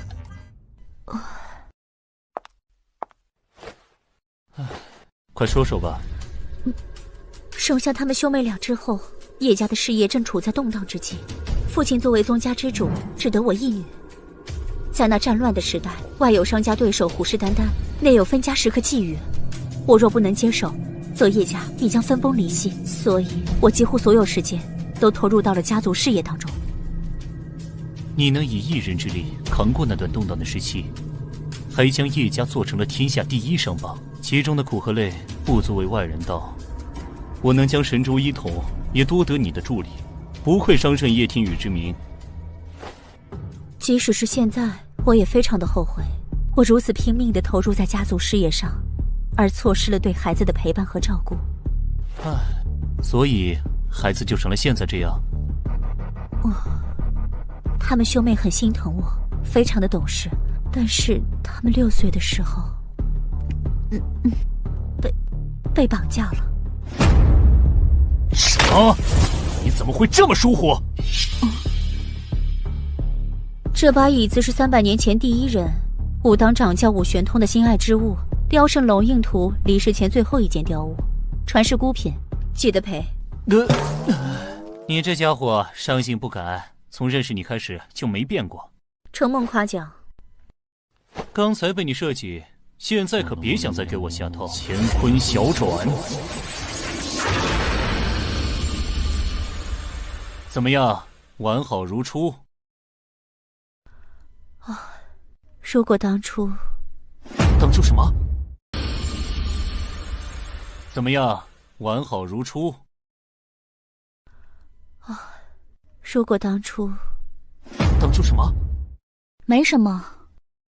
那次绑架发生的非常突然，也非常的蹊跷，至今我也没有找到任何线索。那日我按照叶家惯例，对各地的核心产业查账，小姐，大小姐，跟在我身边那么多年，教过你多少次了？遇事不要慌张。你知道吗？怎么可能？那些保镖都是当时数得上的高手。事情就是这么离奇，小少爷和小姐就这么失踪了，只留了一封绑架信。快，随我回去！我动用了家族所有的情报资源，都是废物，也没有找到任何线索。能够在这么多高手的保护下掳走他们，绝非等闲之辈。能够请得起如此高手的，就算靠排除法，不难锁定目标吧。商场如战场，又不似战场。若是两人互相搏杀，无非一死一伤，或者同归于尽。而商场拼斗败者，整个家族几百号人，可能一夜之间一无所有。所以敌人很多，各个机关算尽，小心谨慎。弄出这般动静，线索几乎不可能找到，根本无从推测，谁都有可能，就是谁都可能不是。那后来是怎么找回来的？一直没有找到，只是突然1个月后。小姐，有消息了吗？少爷和小姐回来了，就在门口了。那怎么不接进来？少爷不许任何人接近。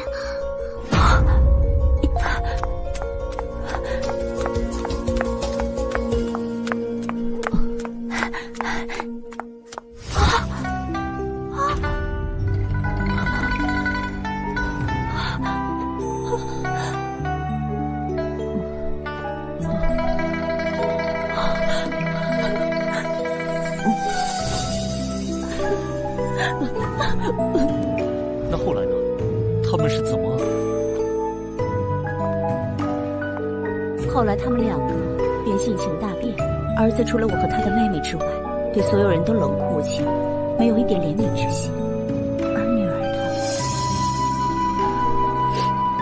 她，若是哥哥在家，就把自己关在屋子里，1日3餐，洗漱更衣，从不出来。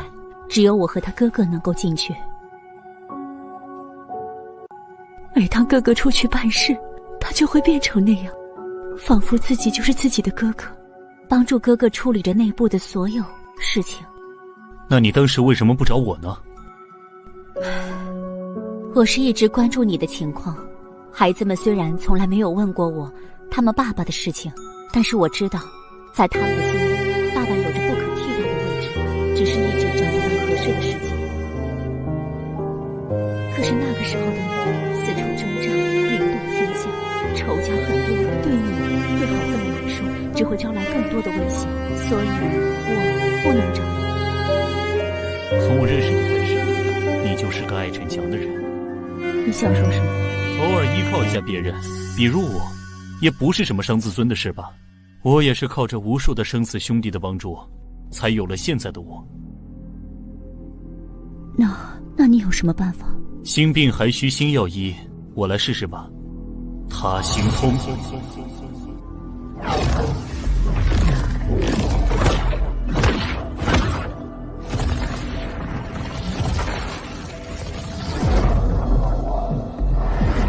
他心通第1层，能够感知目标的所思、所想、所感。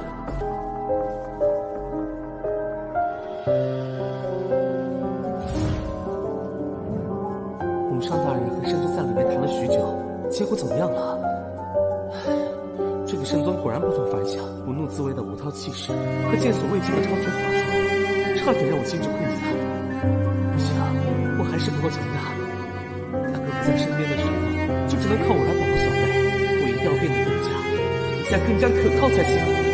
该怎么办？到底该怎么办？果然是有问题。摔！收。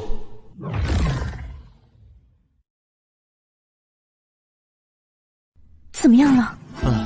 完全就是个独立的人。他把自己当做了保护妹妹的哥哥，而努力的让自己变得更加的成熟，更加的强大。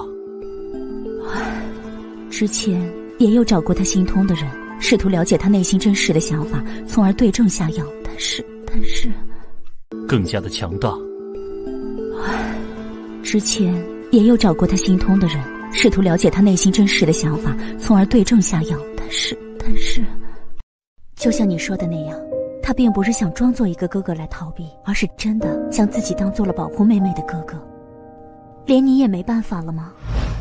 人有60，耳眼鼻舌身意，他心通第1层只能了意，用来窃取情报还行，但是要处理此类情况还不行，那就再往下一层。再往下一层？再往下一层，便是心意出动之时，万念始生之际。佛家称之为莫那时的第7时，儒道则称一起之时。他心通能达了意之人不少，而能至一起之时的人已是不多。他心通第2层，参念头。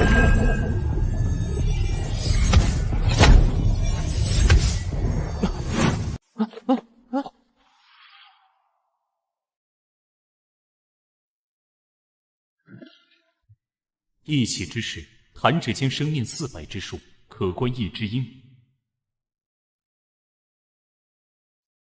我好弱，我要变强，我要变强！大哥怎么还不回来啊？如果是他，一定不会这样。我要像大哥一样，才能保护小妹。能不能拉拢圣尊？不行，除了母上，大哥还有我，没有人会真心对小妹好。你不能懦弱。哎，全部都是想要保护妹妹的念头。可恶啊！居然让本尊心口一紧，这孩子到底经历了什么？啊！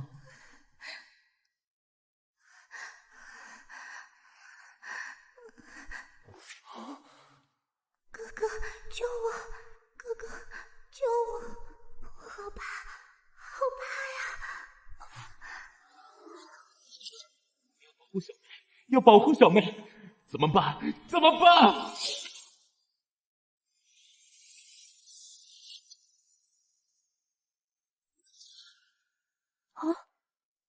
有什么发现？大概是孩子内心强烈的呼唤着想要保护他的人，才形成了现在这个人格，想要能够时刻保护自己。可恶，他们到底经历了什么？这些年我也一直在追查，始终没有线索。儿子和女儿也始终不肯开口，告诉我们到底发生了什么。这样还是不行啊，只能推测出到底是什么原因。明明知道女儿这么痛苦，我却不敢在她面前表现出担心的样子，告诉自己一定要坚强，要让孩子感受到安全。我真的好后悔，当初为什么会疏忽大意？我真希望对方是冲着我来的，为什么要伤害孩子？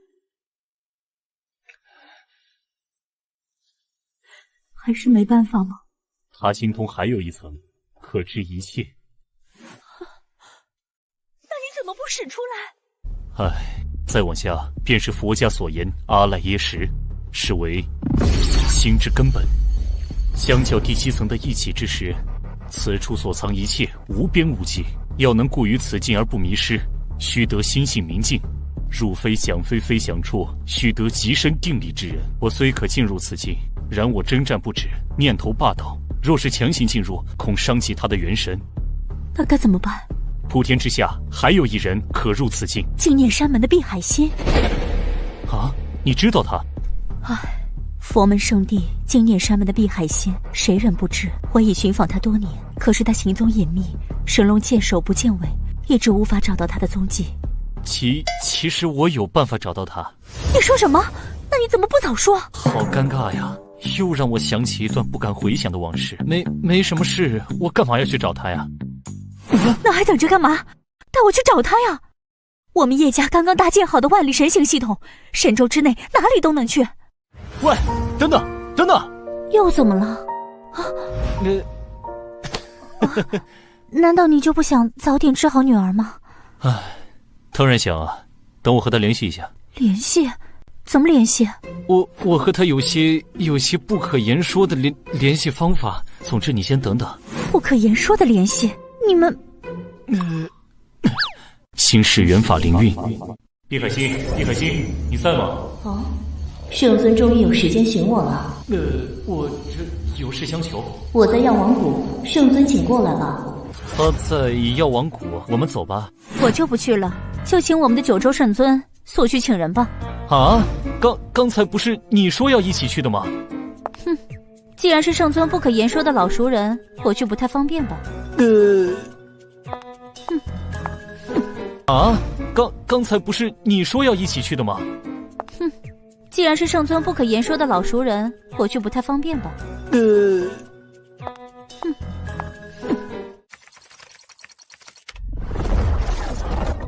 圣尊，请快走吧。好，我会尽快回来的。药王谷。啊？许久未来，药王谷怎么变得如此热闹？滚开！没见我家老爷要看病吗？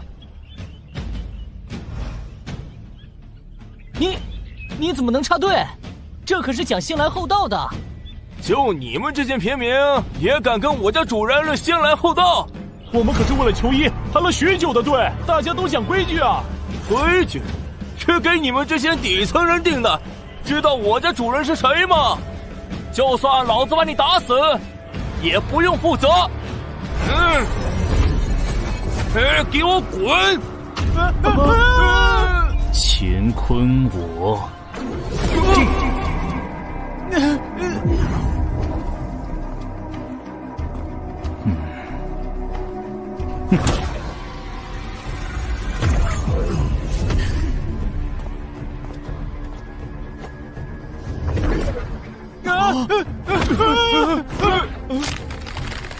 手，我的手怎么了？放肆！是哪个敢搞事情？你们干什么？我要炒你们鱿鱼！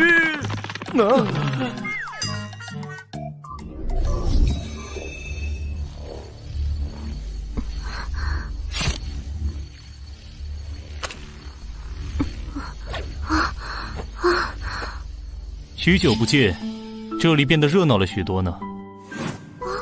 你怎么来了？我来寻碧海心有事，他人呢？姐姐就在谷内呢，你去寻她便是。药王谷的规矩不是只收怪症绝症的吗？1年也不见几个吧，怎得现在如此光景？因为我是个大夫啊。如果能够帮助更多的人，规矩都是用来打破的。自从认识你以后，人家才想明白这个道理呢。辛苦了，不过为什么外面要排2队啊？人家时常义诊，就会有些人借着义诊之名向我表白，我怎么拒绝都没用。为了提高义诊的效率，人家就告诉他们，若是想要表白的，不许插队，另排一队。人家有空的时候再一一拒绝他们。这些人还真够执着的呢。哼，这些人一个个身上都散发着浓浓的雄性动物发情的味道，都是用心不正，看人家脸的，都不了解人家，凭什么就说喜欢我？我帮你打发了，你继续看病吧。好呀好呀，真是帮我解决大麻烦了。你呀，从认识你开始就没个规矩，你就继续看诊吧。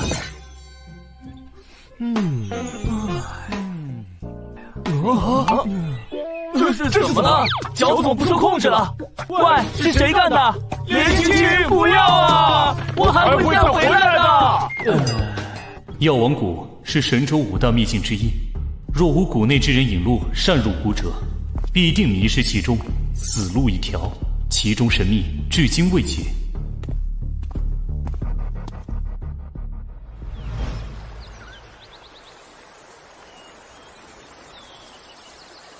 圣尊，你来了。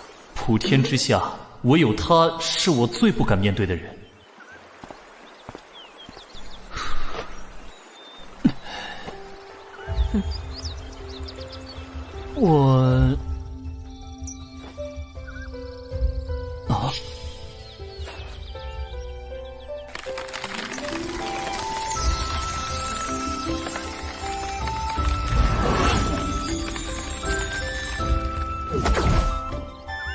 许久不见，为何圣尊还是对人家如此拘谨？我是有多可怕，才让圣尊生出不敢面对人家的念头？这一连脱生的法门真是什么都瞒不了他。圣尊不必有任何亏欠之意，一切都是我的决定。即使一连脱生，为啥我却没法感应到你的？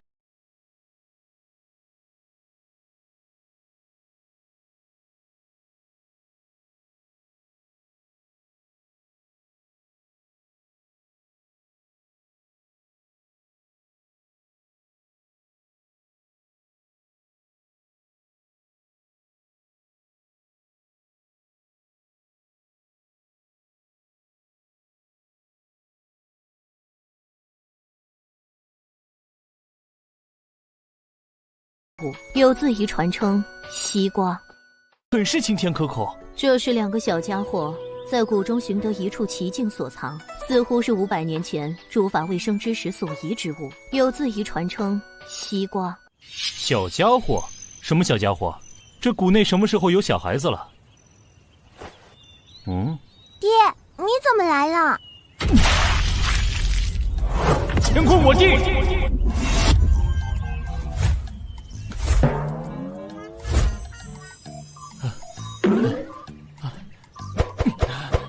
丹迪，太突然了，又是一点铺垫都没有。但是本尊遭遇这种连番冲击，应该已经适应了。淡定，不能再失态了。姐。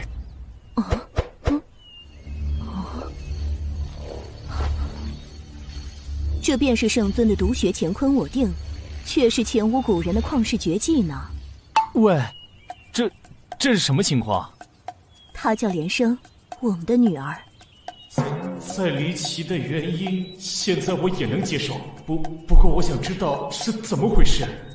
此刻我也清晰地感受到，圣尊这几日奇遇不断，也该适应1、2了吧？一连脱生，莲花生莲子，怎么我没有告诉过你吗？我知道不知道，你比我更清楚啊！只有你知道我想什么，我却不知道你想什么。7年前，神州仍旧纷乱，各方势力已然奇谋尽出，信义无存。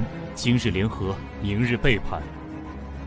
我身边的与我心怀共同理想的好兄弟、好战友们不断战死，直到只剩我一人。前路漆黑如永夜，我心已如灯油尽，死光了，都死光了。那我唯有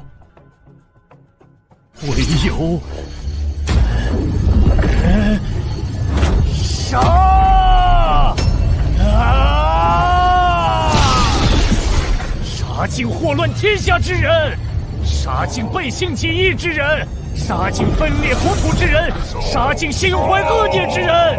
那日我因悲觉入魔，化作真正的九州杀神。心怀恶念之人何其多，杀之不尽，杀之不绝。由南到北，自东向西，除之不断。越杀越是绝望，越是绝望，入魔越深。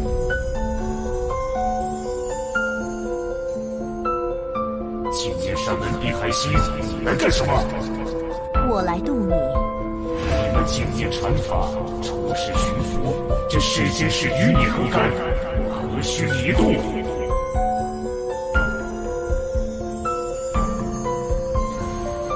如今神州连城一气，皆欲除你而后快，天下仇恨尽归你身，这便是你要的神州统一。你并非该杀之人，滚吧！既我非该杀之人，我走与不走有何区别？不走便杀，还不滚？难道白白送死，浪费一世功德修行？你能为苍生入魔，我便愿为你弃佛。一派胡言！我杀不为天下，只为复仇。那你便来杀我吧。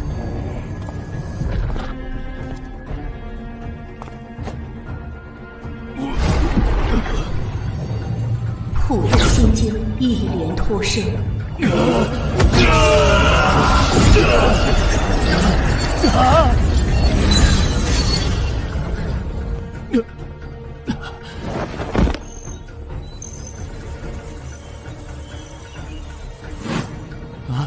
难道亲一下就会有孩子？确实未曾告诉过你呢。那日你魔气散尽，却已不复生机，若不救治，必死无疑。我便带你来到这药王谷，找莲心帮忙。难怪，我醒来后便是在莲心的药炉里。那之后你对我做了什么？一连脱生之后，你我已是双身一心。在莲心的护持下，我又对你用了本宗最高秘法一连再生。虽然过程异常凶险，但是得到的结果便是你身心再构，误打误撞达到这旷古绝今的无敌境界，太乙玉清净。既然孩子都知道我是他爹了，为何不带他来找我？并非不想，而是不能。难道又是担心孩子的安全？他只能再活1年。原本我打算再有半年如无进展，我便带他去看遍天下，顺道去找你。这是怎么回事？他只能再活1年。原本我打算再有半年如无进展，我便带他去看遍天下，顺道去找你。这是怎么回事？莲儿天生怪病，一旦有伤口，血流难止，我便带他来药王谷寻莲心诊治。药典上记载，此病称为琉璃体的绝症，目前尚无药可医，天溃已至，血尽而亡。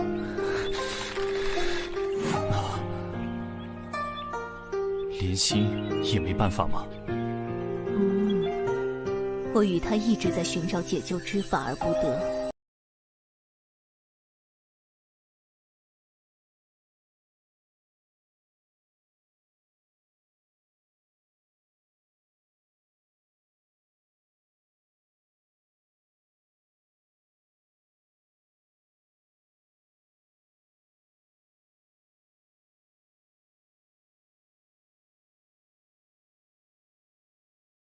绑来，召集天下名医，一起为他诊断。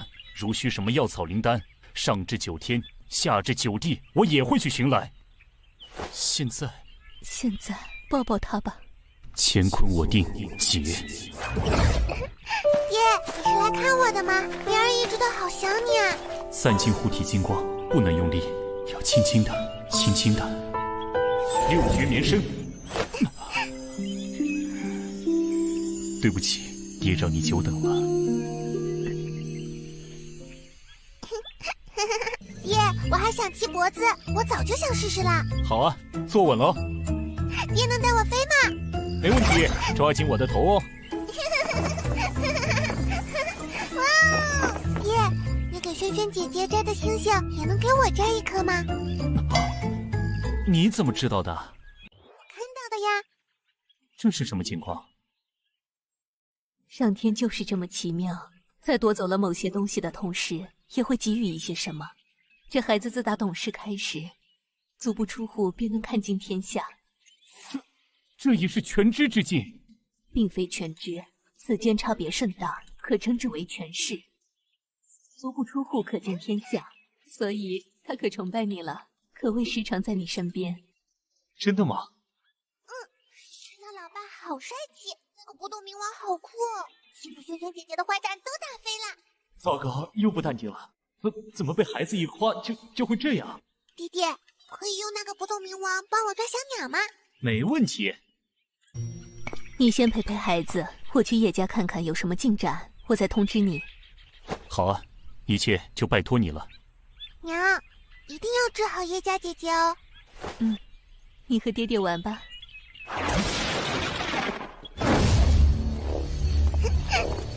那我们开始抓小鸟吧。爹爹轻点抓哦，不要伤了鸟儿哦。好嘞。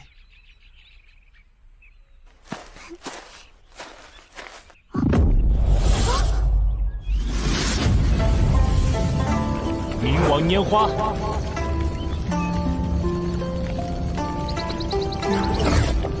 哇，太酷了！风大哥，你还没走啊？那就留下来吃个晚饭啊。好啊，许久未尝过莲心的手艺了呢。莲心姨，你回来啦！快来看爹爹抓的小鸟，我看看。啊，好可爱啊！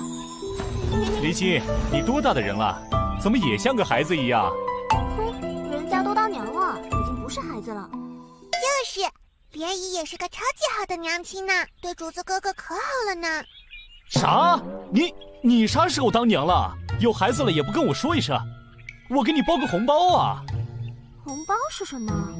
这个嘛，是外面庆祝朋友有了孩子的一种习俗吧。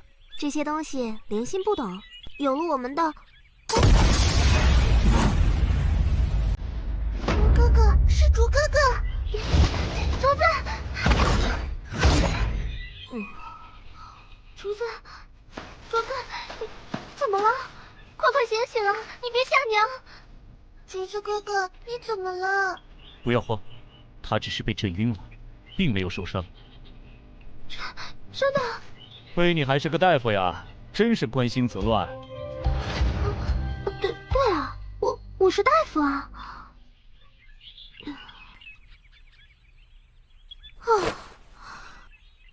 真是的，早就跟他说，别再弄那些莫名其妙的东西了。他就是不听，这都第几次了？等他醒了，我一定要狠狠揍他一顿。可是竹子哥哥很厉害呀，做出来的东西都好神奇呢，外面都没有呢。可是竹子哥哥很厉害呀，做出来的东西都好神奇呢，外面都没有呢。厉害有什么用？能治病救人吗？不好好跟我学习医道，还怎么把药丸蛊传承下去？爹，你来了。是啊，我来。爹！哇，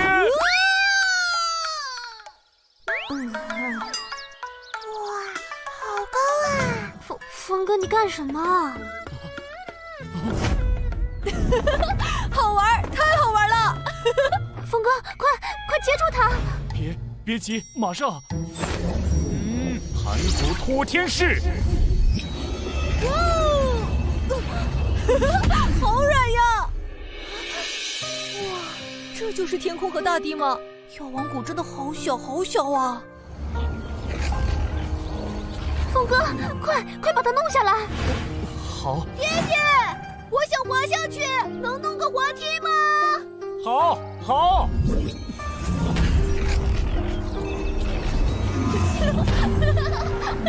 哇，好壮观啊！这个世界真的好壮观啊！爹爹，牵住我！太好玩了，爹，再来一次好吗？天上的景色我还想再看看。我也想玩，我也想玩。乾坤在地。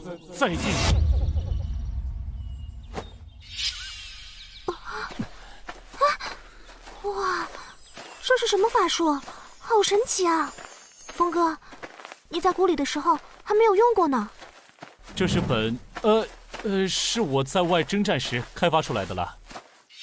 喂，现在是说这话题的时候吗？到底是怎么回事？什么怎么回事啊？你的儿子他刚才叫我爹。没错呀，你就是他的爹啊。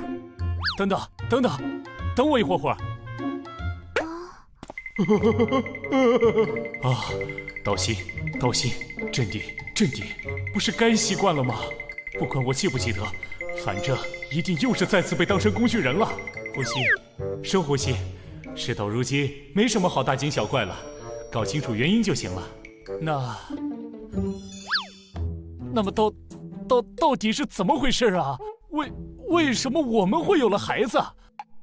你说竹子吗？碧海心姐姐来此找我一起帮忙救你的时候，刚好我为了解决给送子观音副作用的研究，就顺便借你用了一下呀。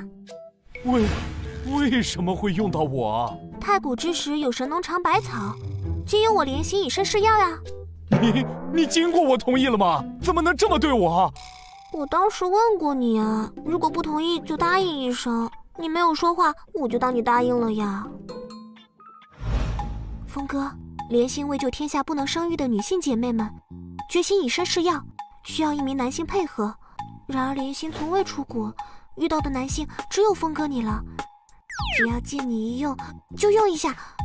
你若是不答应，就说一声。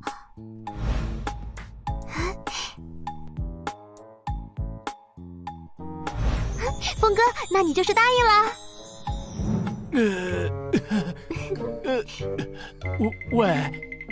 我这……多亏峰哥你呢，我才终于解决了送子观音的副作用呢。听叶姐姐说，疗效很好呢。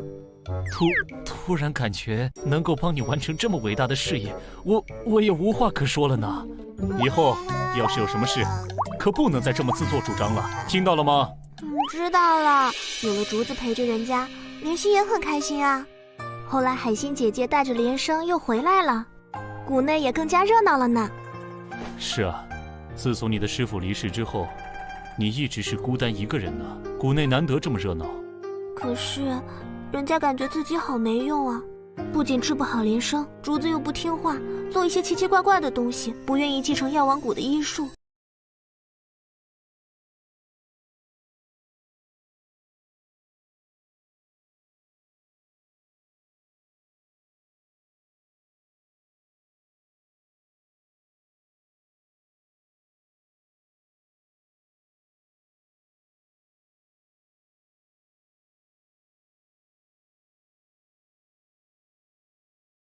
你我都是初为人母，初为人父，但是孩子不是实现大人愿望的工具啊，兴趣才是最大的老师。虽然我不知道儿子在做什么，不过既然他能这么喜欢，我想咱们就应该全力支持他。那药王谷的船长怎么办？既然你都打破了药王谷的规矩，开始义诊了，有没有想过开办一个医学院，将你治病救人的本事传授给更多的人呢？咱们就应该全力支持他。那药王谷的船长怎么办？既然你都打破了药王谷的规矩，开始义诊了，有没有想过开办一个医学院，将你治病救人的本事传授给更多的人呢？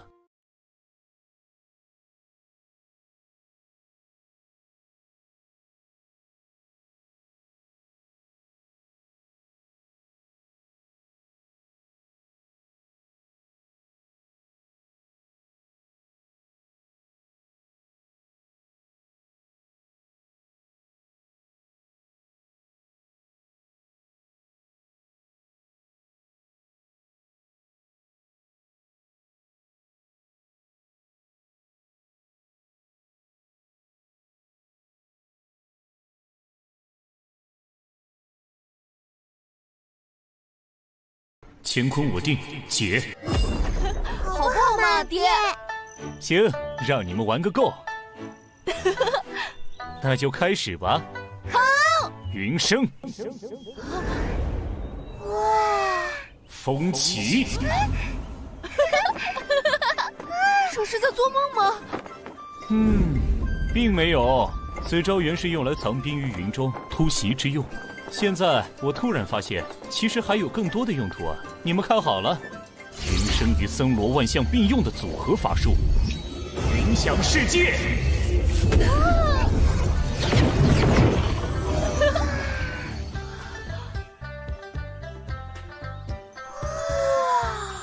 去玩吧，这里都是软软的，不用害怕会受伤哦。太棒了，太棒了！等等我，竹子。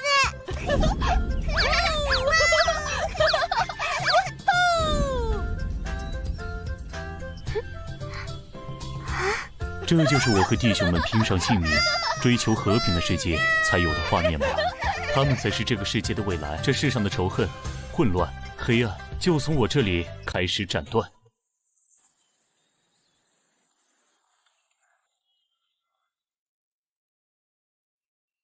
峰哥、竹子、连胜，快来吃饭啦！来了。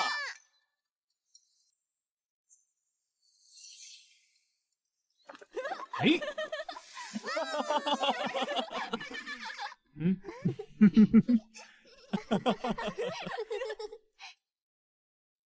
娘，爹是这个世界上最厉害的人吗？峰哥可是超级厉害的呢。不过娘也没怎么了解外面的世界，不是很清楚了。我娘说过，论打架和打仗，爹是最厉害的，但是其他方面也不怎么行呢，尤其是和女孩子打交道方面。绝对是最差劲的人之一。是啊是啊，当时峰哥醒来的时候都不敢跟我和海星姐姐说话，脸都是红红的，好傻哦。喂，不要提过去的糗事好吗？爹，你能帮我们一个忙吗？你说说看。竹子哥哥和我发现了一个秘密基地，里面有好多种子和写满了古老文字的书本，还有一种会发亮的墙。对呀对呀，那个墙还会说话呢。竹子哥哥做的那些神奇的东西都是从那里学来的呢。在征战之际，在极少数隐秘之地会发现500年前的遗迹，但是基本上都是一些大型的柱子和一些至今没人看得懂的上古文字。没想到药王谷内也有，但是听孩子们的描述，这里似乎有些不同。爹，你能救救我们的好朋友吗？什么朋友？就是他教会了我们上古的语言和文字，但是他被困在一个神的房间里出不来，娘和心仪也都没有办法。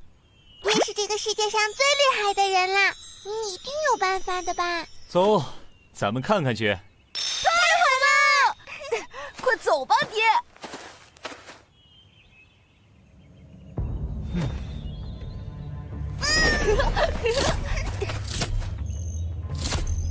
咦，慧眼破幻，山洞，没想到里面居然还有此等奇地。若非现在我能看破世间一切迷幻，此地断难发现。孩子们是怎么发现的呢？爹，快点进来啊！好。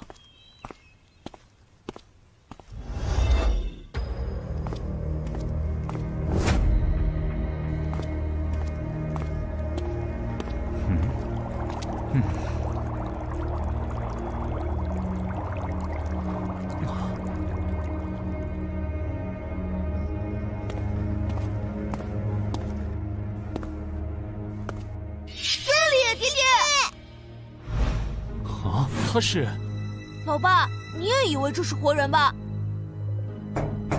这个大姐姐一直都一动不动地站在这里呢。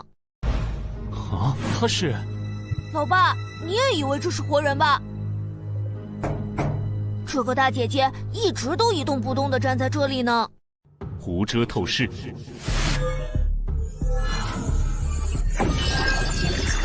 这是上代文明的人傀儡术吗？构造和现代的完全不同，没有附魂，也没有驱动傀儡行动的灵化炉。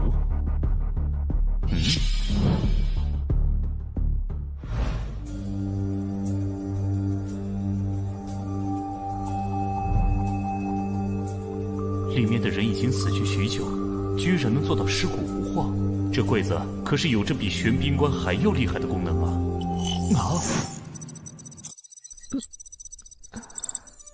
竹子、连生，你们来了。铃兰姐姐，铃兰姐姐，我们找老爸来帮你了。真的吗？太谢谢你们了。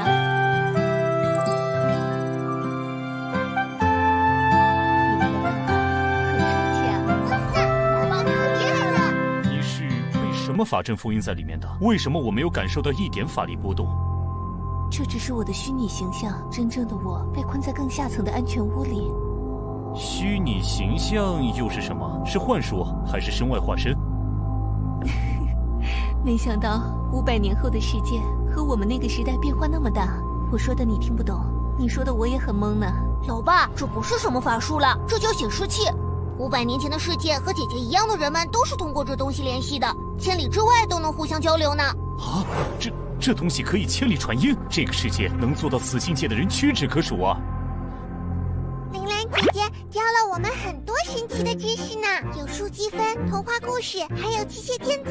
竹子哥哥发明的这些东西也都是铃兰姐姐教的。这就是引发末法时代文明所遗留下来的技术吗？ 姐姐，你怎么了？今天姐姐不能再陪你们了。这个基地的能量即将耗尽，姐姐的身体也快不行了。不要去！老爸会帮帮姐姐吧？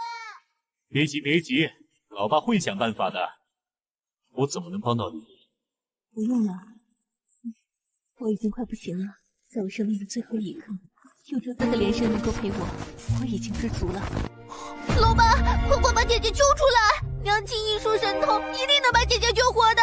为什么你会被困在这里？500年前，我们的世界爆发了一场足以毁灭全人类的战争。我的爸妈带着我来进了这里，本以为可以躲过灾难，却被敌人找到了我们。我的爸妈将我藏在了这里最安全的房间里。爸，放我出去！我要和你们在一起。女儿，这里很安全，你一定代替爸妈要活下去。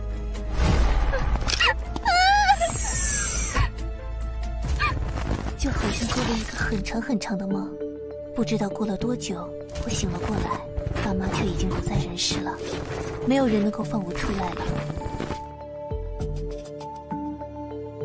我唯一遗憾的就是不能和爸妈躺在一起。 姐姐，不要啊！老爸，你那么厉害，快想办法帮帮姐姐吧！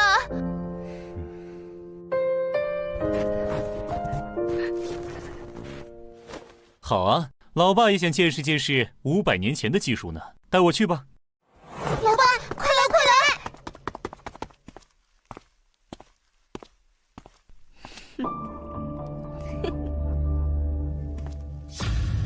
老爸。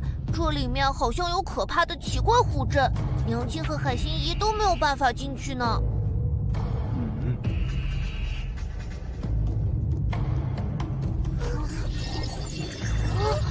你们先出去等着，待为父来破阵。老爸加油！老爸要小心啊！好。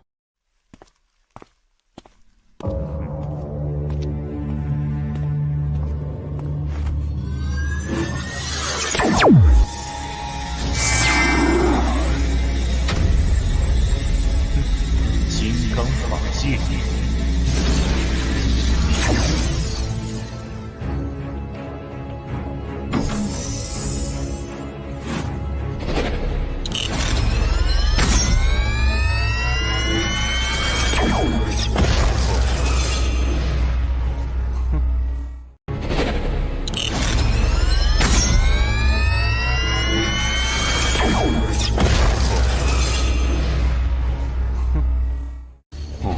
这是什么厉害的技术？居然快要打破我最初级的护身法界！护法还谢。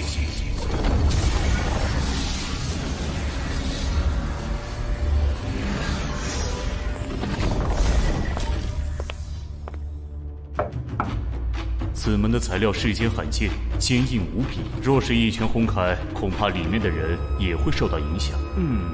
那就这么办吧。嘿！神力寒山。莲生，快看看里面怎么了？老爸和铃兰姐姐没事吧？里面一团乱光，我什么都看不到。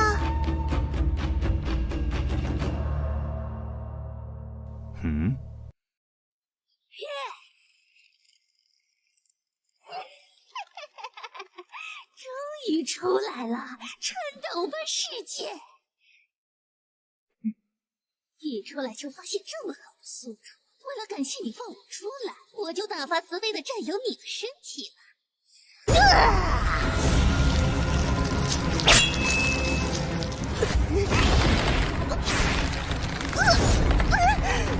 这是什么？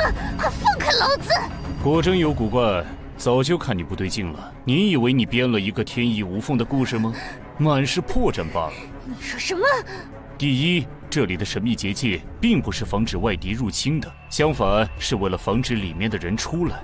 其次，你那个充满爱的故事里，休眠舱内的两人，其中那个母亲受的并不是致命伤，她完全有能力先将你放出来。那你干嘛还放我出来？因为本尊天下无敌，不惧任何阴谋诡计，还有本尊孩子对你所塑造的那个铃兰姐姐的喜欢，本尊不希望让孩子们失望。那么他们恐怕是要失望了呢。这可是小型核能炉推动的最先进的高能镭射炮，死去吧！就退而求其次，选择那个小男孩了。魂心，哦，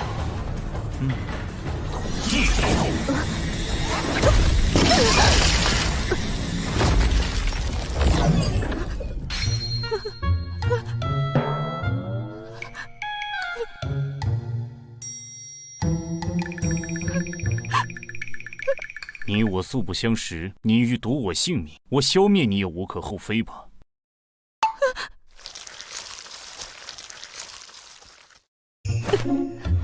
对不起，大佬，我飘了，请饶我一条狗命。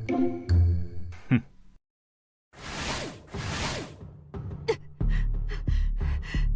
谢谢大佬不杀之恩。哼。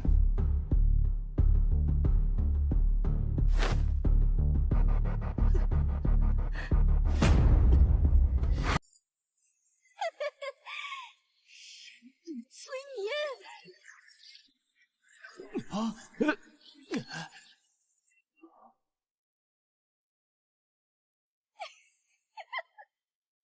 这可是几千年前的智慧苦肉计，人类在精神上果然还是没什么进步。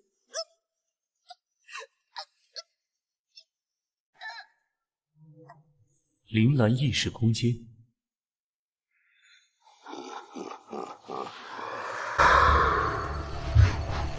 怎么进来的？没有最尖端的设备辅助，怎么可能有人进入这潜意识空间呢？哼，你惹错人了。法涛惊鸿。我看这个眼睛。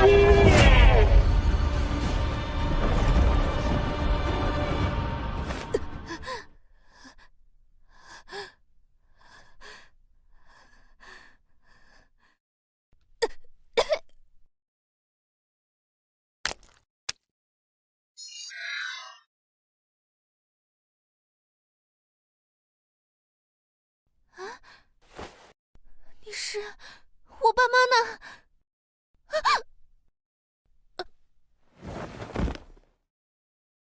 嗯。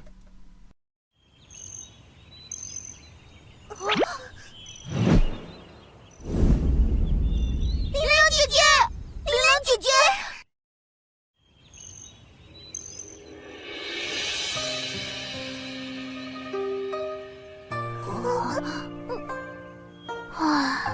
怎么了？没事，我只是感叹500年前的技术真是太厉害了。这孩子居然只是身体过于虚弱，一切并无大碍，只是他的神识有些……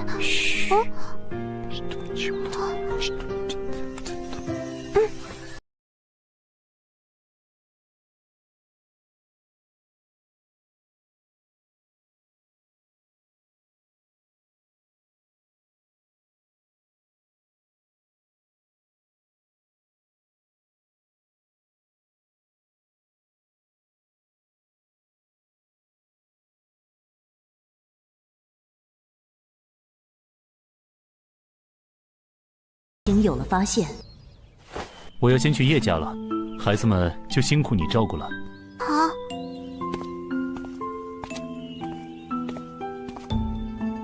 竹子的喜好，我们做父母的一定要支持。我听你的，峰哥。帮我和孩子们说声再见，我会常来看他们的。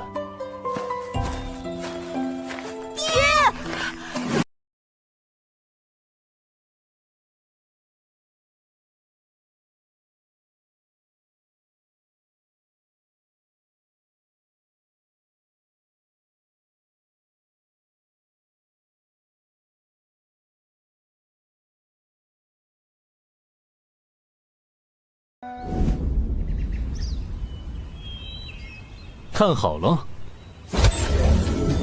翻山倒海，东海水来。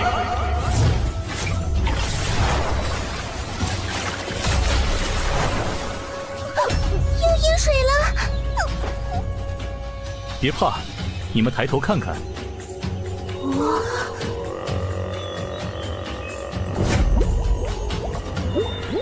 这是什么鱼儿啊？好大啊！哇！这是什么东西啊？能吃吗？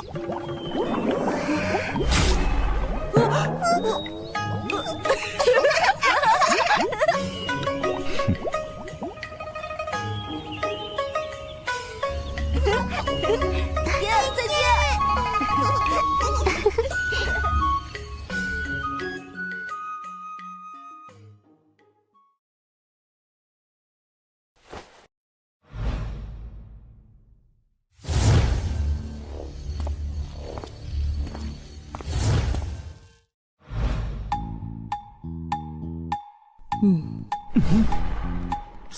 怎样了？圣尊真是有福气呢，居然和听雨妹妹这么出色的家人有了孩子。这你得问莲心。倒是便宜了你这臭酒鬼，居然让海星姐姐此等家人为你这个笨蛋弃佛入室。好尴尬呀，该怎么转移话题呀？先看看孩子的事吧。还不快过来！有什么发现吗？你随我一起进去，进入他的无边识海就清楚了。光靠我一个人还不行。好，别担心，有我们在，一定能找到办法。听雨，若是一会儿他有动静，一定不能让他乱动。好。他心日空境界，夜气明。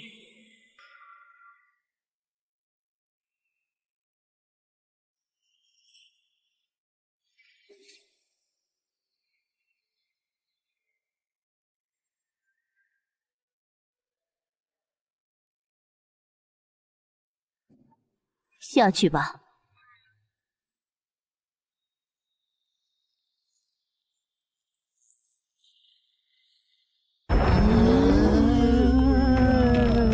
怎么会这样？一般人的心海之中所藏人之一切过往，明镜多彩或阴暗肃杀。我从未见过有人的识海会是此番景象。心境之象，乃是由爱憎欲之所现，一切记忆情绪构筑起了这一切。这表示他的内心充满的只有恐惧，心性尽藏。他的本心在哪里啊？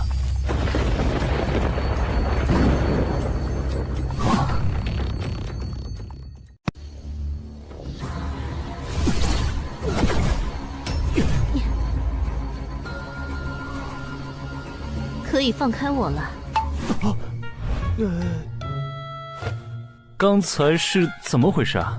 这大概就是他内心强烈的渴望保护的愿望所生成的具象实现，将他牢牢地保护起来的哥哥的心之本相。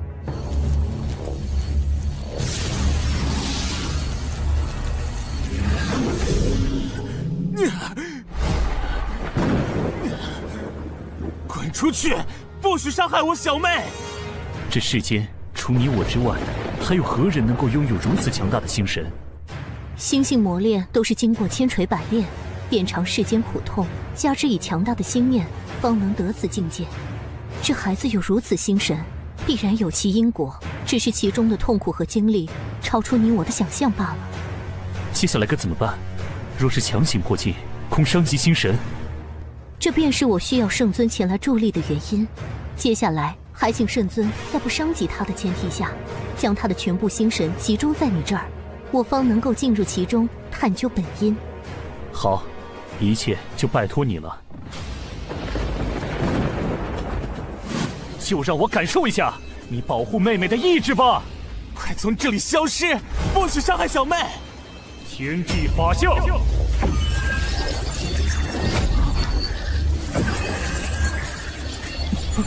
我才不怕你，我和大哥一样厉害，绝对不会输，绝对不能输。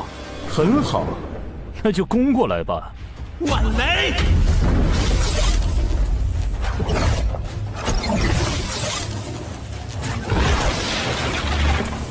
更厉害，会更厉害，是不听劝告的。哼。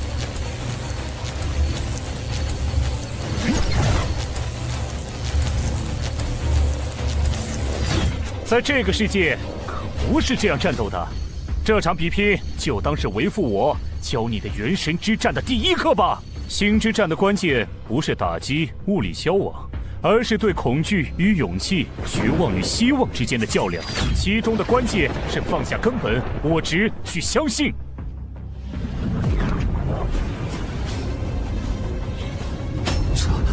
这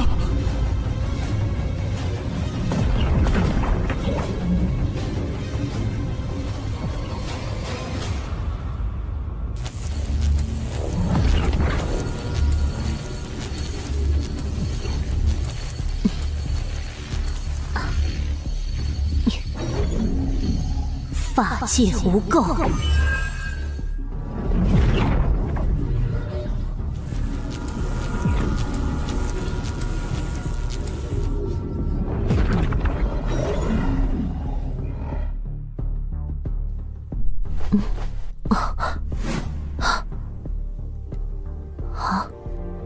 哥哥，妈妈，我好怕，我好怕，救救我，救救我！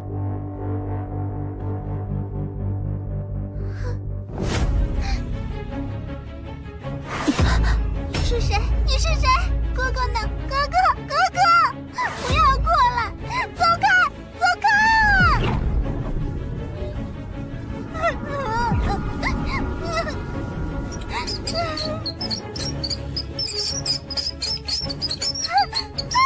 我是好孩子，我是好孩子，为什么咬我？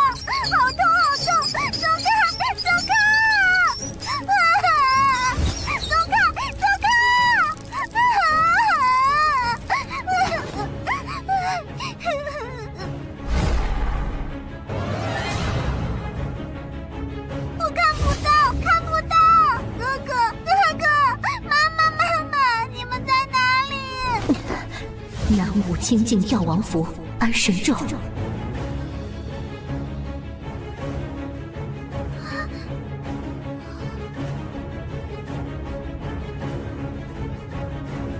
唉，啊，这是。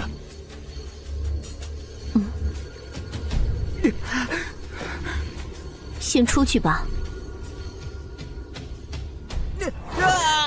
孩子，坚持一会儿。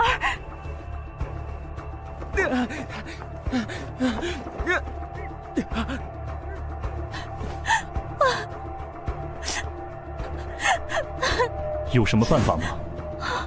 你们有什么发现吗？你是孩子的母亲，你该知道发生了什么。他心同剑。我好怕，我好怕！我是好孩子，我是好孩子，为什么咬我？好痛，好痛！走开，走开啊！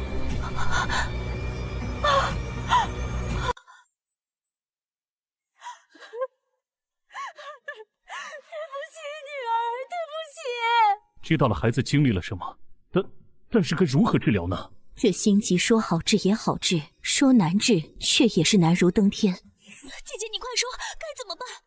我拼上这条命，也要把女儿治好。药就在你们身上。我？姐姐，我若是女儿的药，早就该治好她了。换作圣尊，你若是被老鼠啃咬，蟑螂爬在身上，又身处死人堆中，会害怕吗？我一生大小数百战，在死人堆里打滚是家常便饭。这老鼠蟑螂在战场上都是维持生机的难得之物，早就习惯了。我虽为了峰哥弃佛入世，命运让我有了连生。作为一个母亲，我便知道为了孩子，一个母亲能够付出一切，这便是母爱的力量。孩子年纪尚小，便遭逢此难，内心缺乏强大支柱，牺牲恐惧将自己心封闭起来，逃避痛苦。而能够克服恐惧最好的药便是敢于直面一切的勇气和感受爱的温暖。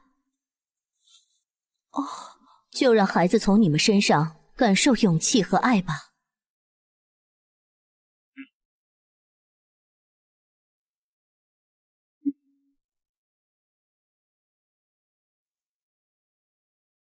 大日如来无量光，遍除一切秽，遍照一切法，般若大解脱法门，月照明空。我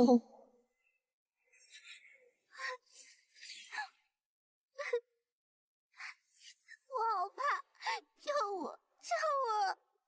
海星姐姐，我们该怎么办？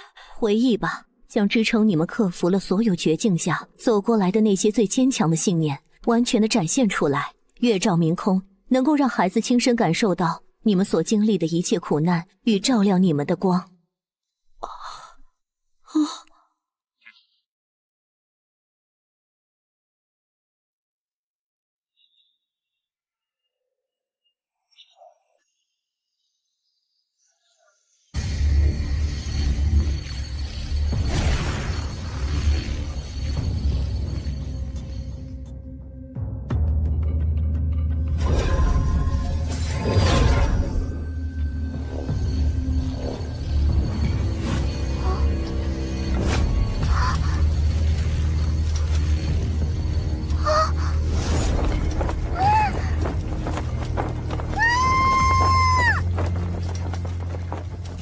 18年前，在那个混乱可怕的年代里，我的家人和整个村子都因为一个毫无意义的理由，被一群绿林山贼杀害了。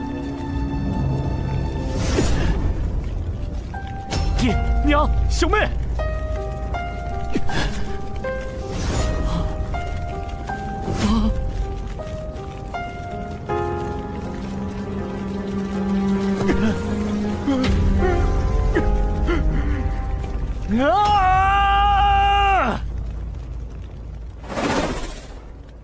击杀战，快拦住他！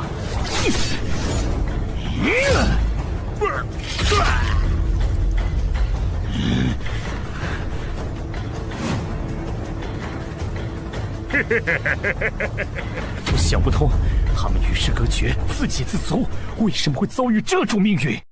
强者生，弱者死，老子就是道理，哪有什么为什么，想杀就杀了。喂，话说你说的他们是谁呀？不会是你的姘头吧？老子有没有享受过呀？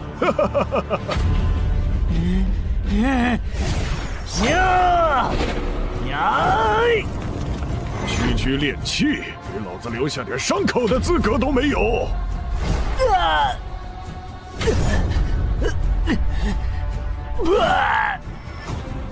区练气就能把跨2境的老子逼成这样，受死！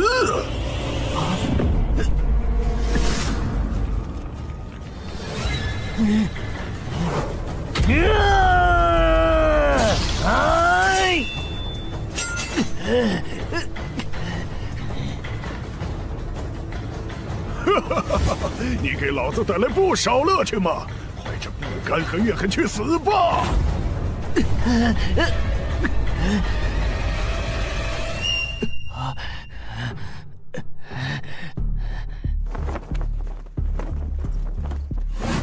笨蛋徒弟，你可是为师此生唯一的传人，这么随便就死掉的话，谁来继承我的剑道？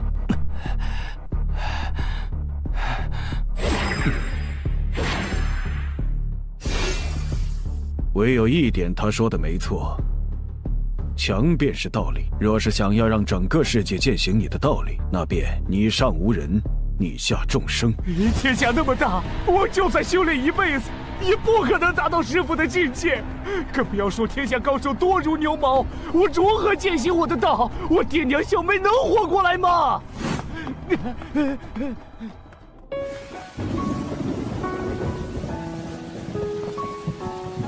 那时的我，绝望、迷茫、痛苦。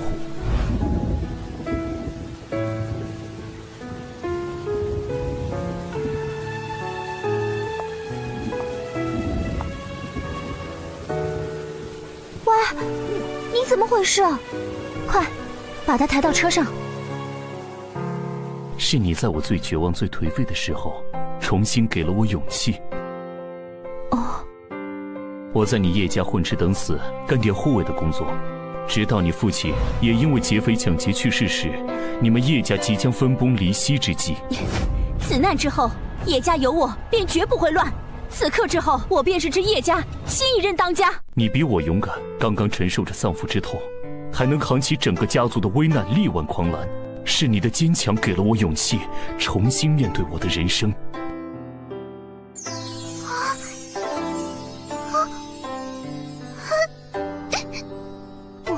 不是这样，我才是因为你才得到了勇气啊！是什么？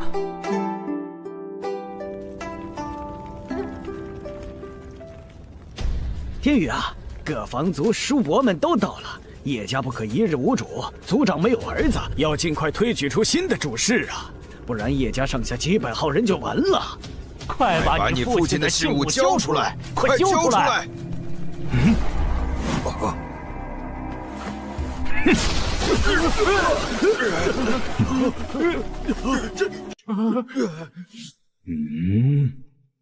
你是什么东西啊？一个外人凭什么管我叶家的事儿？滚开！在所有人都逼迫我，想要把我逼入绝境的时候，你挺身而出，挡在我的面前，才给了我勇气。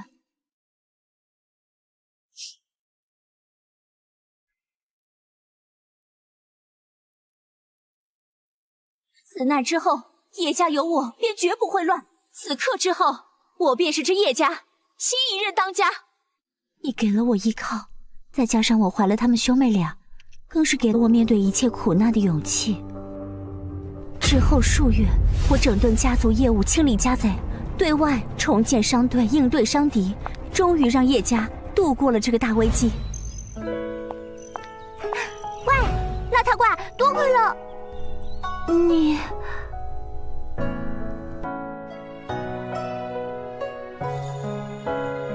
谢谢你，让我再次重新看到了希望。别过。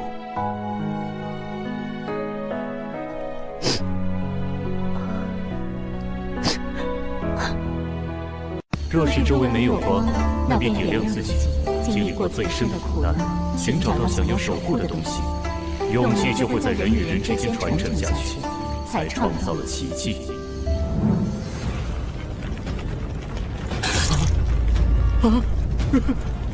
对不住了，兄弟，请给他们带去希望。人反正都要死，苟且偷生有什么意思？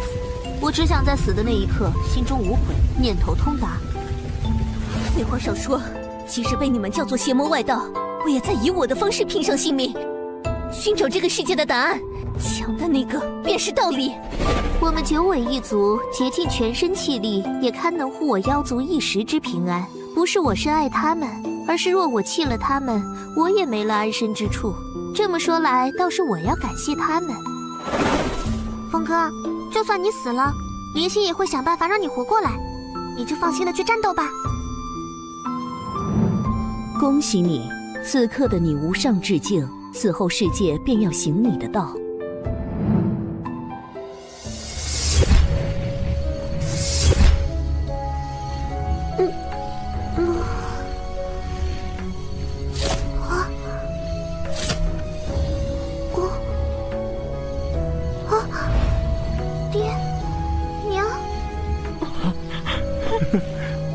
太好了，女儿！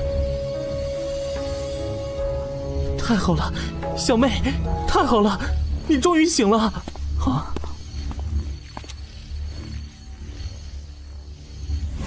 二哥，二哥，不要过来！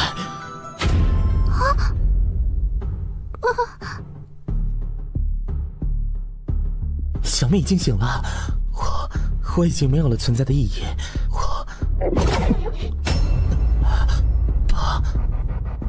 谁说你的存在没有意义？我原本就是为了守护小妹才出生的，本就不存在的异类。抬起头来，从何而来不重要，重要的是你已经存在了，并且为了守护妹妹而拼尽全力的好哥哥，你做的比我好。你是让我凌云峰骄傲的儿子。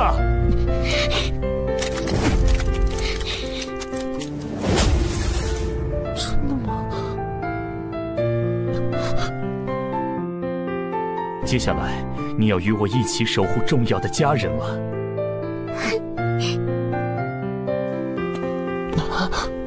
还愣着干什么？这个时候怎么变笨了？看不清情况了？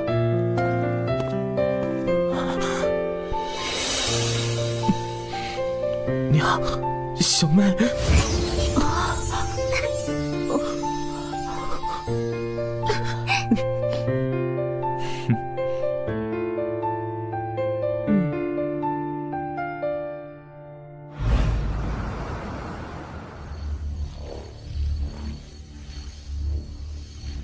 师兄，师兄，什么事居然要你元神出窍来找我？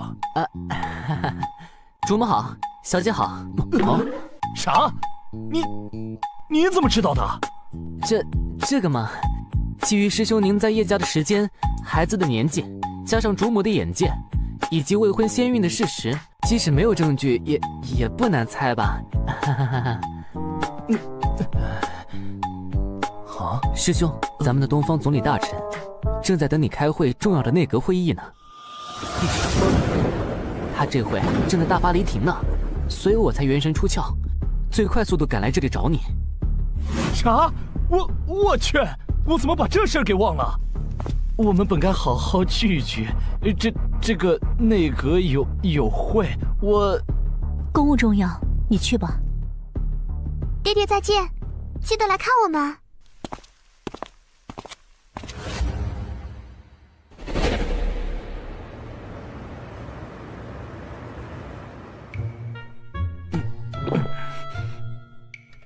你说他气消了没？怎么可能？他女扮男装和咱们闯荡江湖的时候，那时间强迫症患者的毛病只有更重，没有最重。反正都迟到了，不如干脆就不参加了，反正行政事务也都是他在管的嘛。没错，没错，师兄，那我们走吧。圣尊道，师兄，您忙，我就先走了。比起得罪您，我更怕得罪他。嘿，你这个叛徒，回头看我怎么收拾你！神州初定，百废待兴，多少大事需要圣尊决断，不知圣尊这几日跑去了哪里？若不是从叶家发现了圣尊的踪影，还不知要去哪里寻觅。一听到你的召唤，我就立刻赶来了呀，玉叔啊。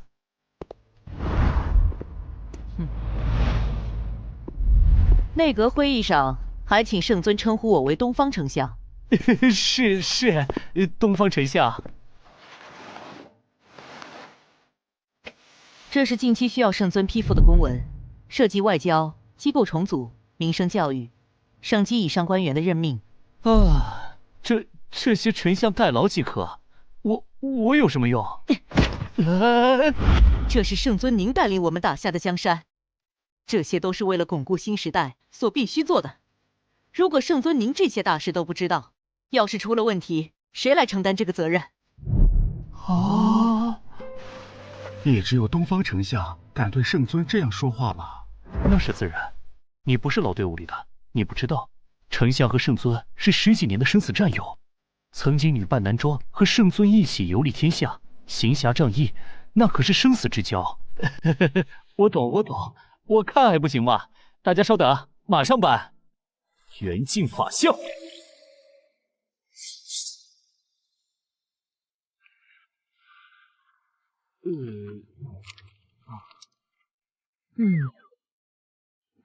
哇，真是叹为观止啊！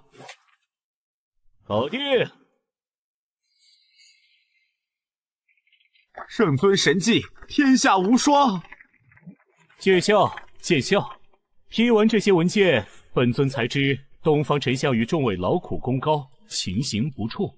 神州的未来就有劳各位国之栋梁了。批完了，接下来干什么啊？今日还有一大事需要圣尊持，万法大会。哦，都筹备好了吗？神州初定，本该恢复生息，为何还要举办这盛大的万法大会？劳力伤财，有这个预算，投入到基建教育当中不好吗？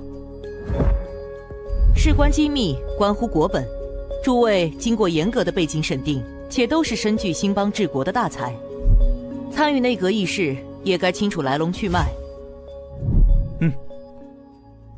神州初定，各方势力盘根错节。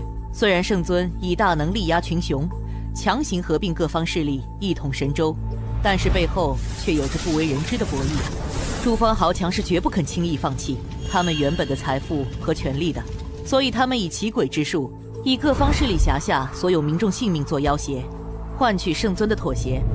神州表面一统，各方皆奉圣尊为神州共主，实则各方势力仍旧对原本的领地有着极大的控制力。什么？那该怎么办？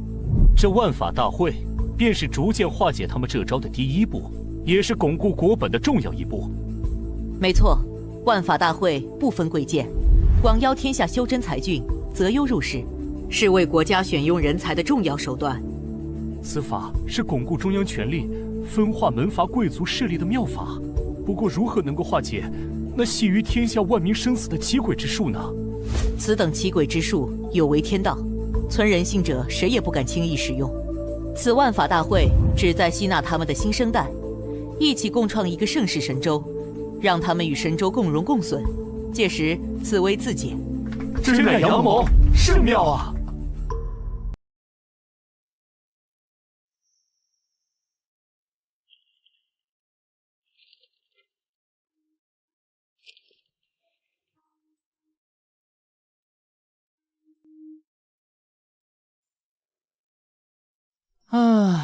想我们与众多兄弟们奋死拼杀10余年，终得偿所愿。回想起当年，又怎能想到名动天下的玉郎君东方玉树，居然是东方世家长女东方玉书。你想说什么？只是感慨，若是离了你，又有谁能够担此复兴神州的重任啊？我可不是为了你，而是为了那些故去的战友们的遗志。对了，听说你儿子也要参加万法大会，你不担心他会受伤？这是他的人生，既然是他自己的决定，我便支持他。喂，你这家伙突然有一天说有了孩子，大家一直都会好奇，他爹是谁啊？能入得了你东方玉书法眼的男人到底是什么样子啊？如果我说是你呢？什么？你是在开玩笑的吧？你敢开我的玩笑，我就不能开你的玩笑？只是好奇嘛。圣尊何时变得如此八卦了？是不是平时太闲了，没有架可打，就开始打听起别人的隐私了？抱歉，是我多嘴了，还请丞相消消气。会开完了，圣尊可以去忙自己的事去了。我还有很多工作要做，没时间陪你闲聊。等等，哦，圣尊还有何事？我有一好友，育有一子，最近遇到一些苦恼，求教于我。你说我哪里懂这些？据说你教出一个如此优秀的儿子，是否可以传授一些育儿经？圣尊的好友我大都认得，是哪位啊？可以让他直接来找我啊。此人你并不认识，丞相诸事繁忙，跟我说说即可。哦，好吧，圣尊说说，看看我能帮上什么忙。好，事情是这样的。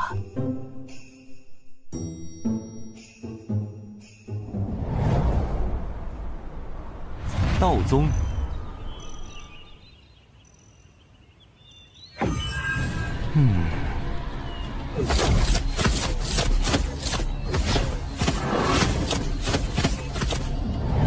演武场，神州万法大会道宗选拔赛现在开始，有请掌门训示。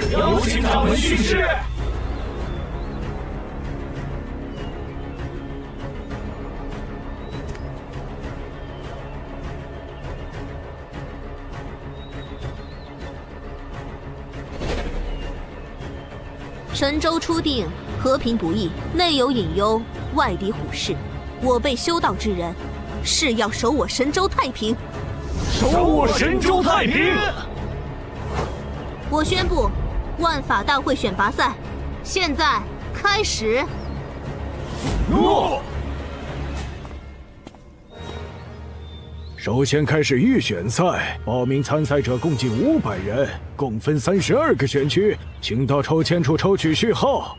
预选赛采用淘汰赛，最终胜出者参与总决选，进行积分赛。积分最高的8位选手成为道宗代表，参与第1届神州万法大会。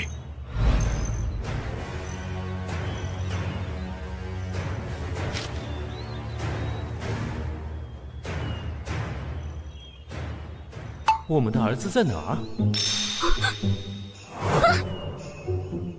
哦，掌门，你怎么了？没什么，大家继续观赛，继续观赛。你怎么来了？也不跟我说一声，害我在众同们面前丢人。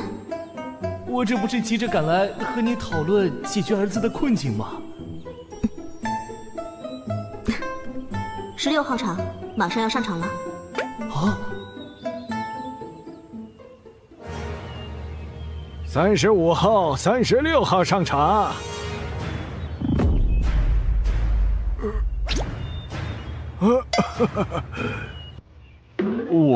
我是36号，第36代内门弟子大山。喂，咱们的儿子这是像谁啊？怎么如此魁梧啊？掌门，你又怎么了？没事，大家继续看比赛。你是脸盲吗？再怎么没见过，也不至于连自己的儿子都没点感应吧？我好像得了一种每个见到的年轻人害怕他突然变成自己的孩子的病。快看，儿子上场了。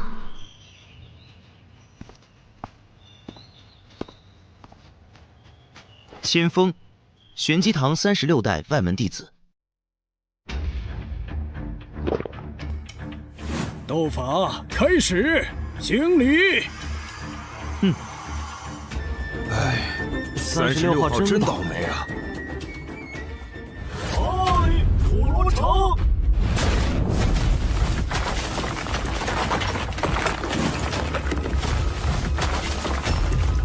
道宗新生代真是人才辈出啊！这小胖墩年纪轻轻的，居然已经达到了玉土附身的境界了。这都是我宗先辈不断钻研道法本源、锐意创新的结果，当然也离不开新一辈弟子们的勤行不坠。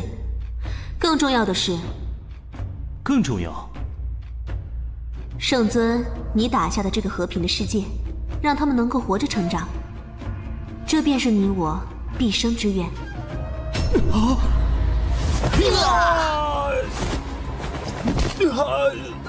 35号胜出，36号淘汰。这为什么炼气期可以打出结丹的威力啊？看下去你就知道了。如果只是这样，我也不会那么苦恼了。几个时辰后，第5场，35号对41号。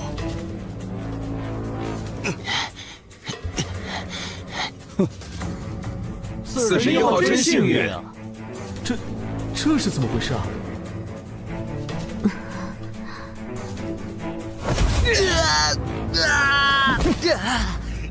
场外41号胜出。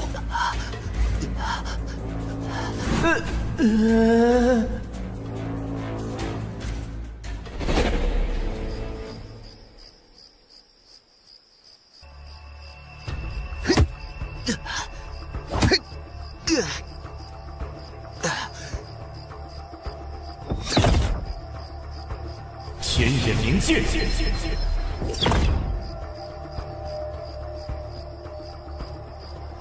啊！他的丹田和经络怎么？如你所见，他的丹田和经络比常人厚了几倍。要说一般人的丹田和经络如同长壁一般，他的就像是一层厚厚的、极其有韧性的凝胶。难怪如此厚而有韧的丹田和经络，就像是高压水枪一样，气的输出功率是常人的数倍。若是达到元婴期，可以自由调动天地能量，这种异常的法力输出，必然能越级吊打化身。可是随之而来的是，因为如此沉厚的丹田和经络无法储存气，就无法凝聚足够可以筑基的气。别说元婴了，此生无望筑基。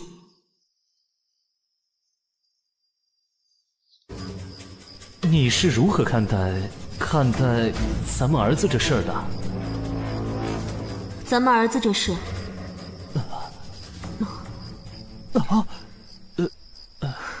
想我堂堂道宗掌门，统帅道宗2万子弟，运筹帷幄，游刃有余，唯独对着儿子的事一筹莫展。道宗宗主儿子的身份，让他承受了所有人的目光，也承受着远超同龄人的恶意和压力。背地里大家都叫他一秒天才。1秒天才，宗主失耻，梦幻凡人。但是他却从来没有在人前表现出愤怒、失落的情绪。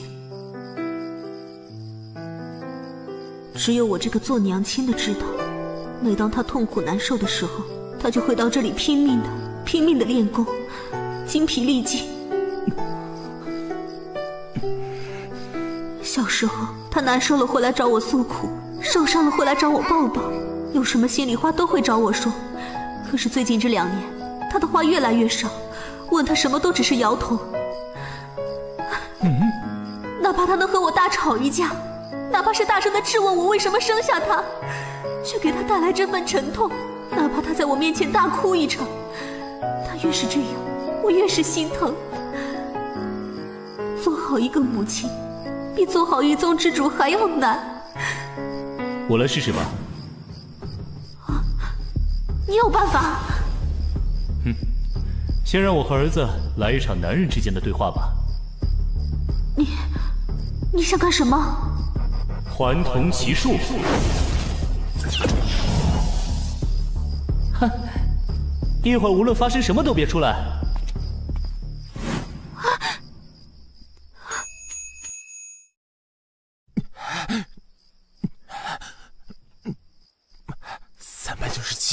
，398，399。堂堂道宗子弟，不习炼气筑基之法，却躲在这里走炼体强骨这等无用之徒，道宗是没人才了吗？你是谁？胆敢擅闯道宗后山？听说道宗收徒都是天下英才，资质超凡之辈。本少神功出城，便想来此探探深浅，打几个真传弟子玩玩。想和真传弟子打，先过我这关。有意思，就凭你区一个小炼器，我怕一稍微动真格的，你就小命不保啊！他想干嘛？什么叫男人的对话？这是要打一架吗？多年的征战，经历了无数的对手，我确认了一件事：一个人的嘴会说谎，但是唯有拳头，包含了他心底最真实的意志与人格。无论是残虐、狂暴、阴险，还是勇敢、坚强、不屈，请不要轻敌。即使是我，也能和本宗真传斗上一斗。临战还不忘提醒对手，真是个耿直的孩子呀！区炼气，在假丹面前，我想重视也重视不起来啊！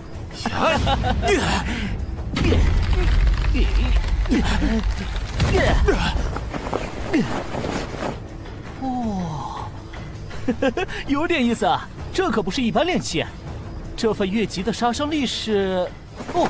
对了，师尊曾说过，有一种很稀少的体质，元婴界能吊打化神，却永远也无法筑基的让人绝望的体质，叫什么呀？哦，对了，重婴废体。对，重婴废体。你不会那么幸运中了这个大奖吧？你一定很恨你爹娘为什么要生你出来，还给了你这种体质吧？哦。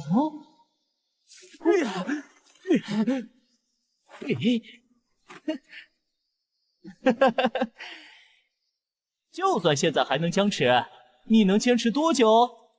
坚持到底，这是我最后的尊严。那就来吧。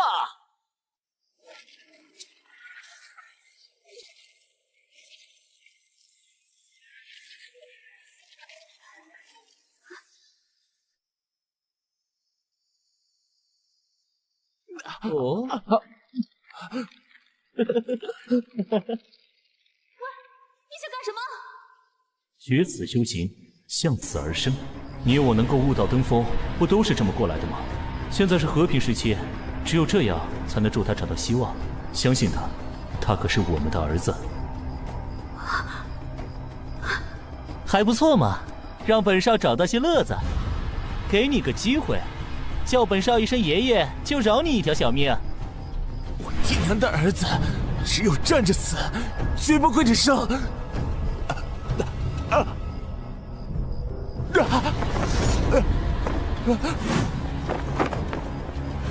对不起了，娘亲，还是没能成为您的骄傲。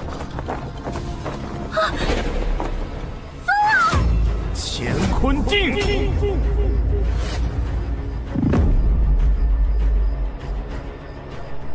唉，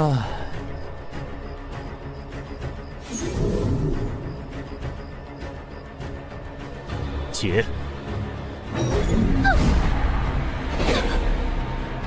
疯女混蛋！你对儿子干了什么？放开我！放开我！站定，站定！你看看啊！我怎么带？爹！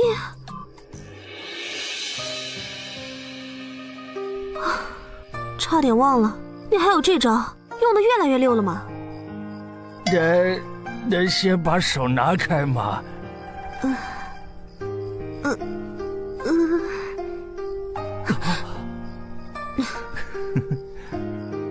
片刻之后，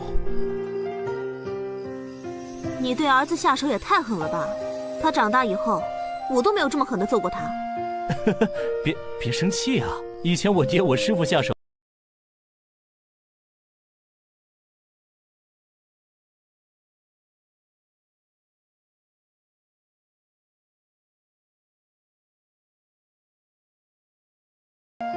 向死而生，向死而生，说的简单，我能对自己狠心，对儿子却……可怜天下慈母心啊！想起小时候，每次被跌在祖宗牌位前罚跪，都是娘偷偷给我送吃的。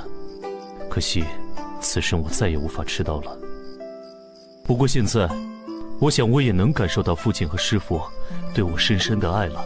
那是明明心疼孩子，却仍旧能够狠下心肠，怀着让孩子成长的期待，做一个严父。接下来怎么办？向死而生，之后当然是火而后立。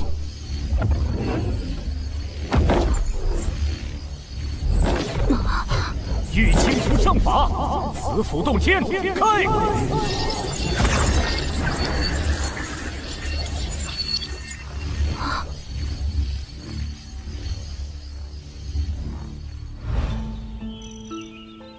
玉清镜真是太神奇了，这子府洞天放在哪个大派都是至宝，你随随便便就捏出来一个，不如多捏几个。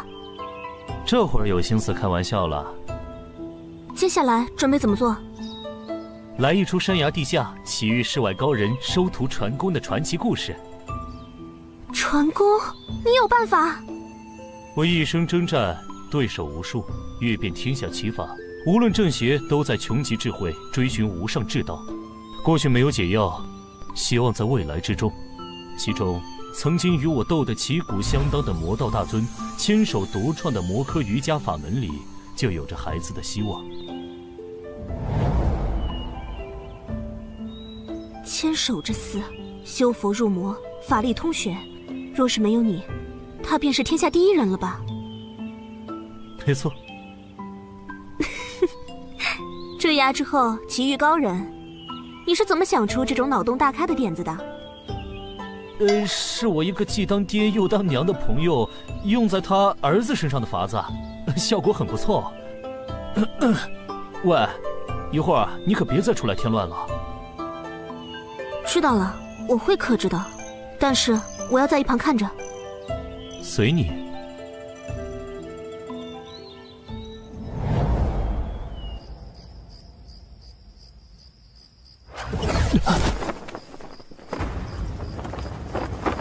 我要死了吗？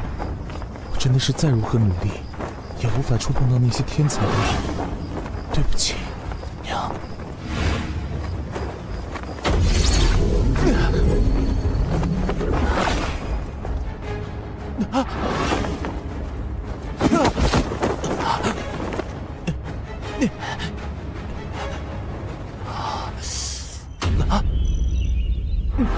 这是什么地方？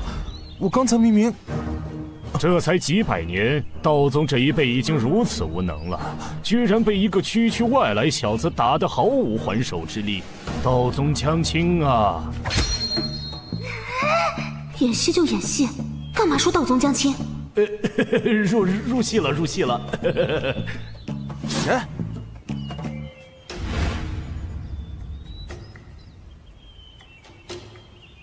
前辈是何人？口出妄言。道宗守将卫国，乃神州梁柱，吾辈真传弟子更是享誉神州。我只是道宗一个名不经传的外门小辈，资质平庸。即便如此，有人敢辱我道宗，我辈当也竭尽全力，未有怯战。笑话！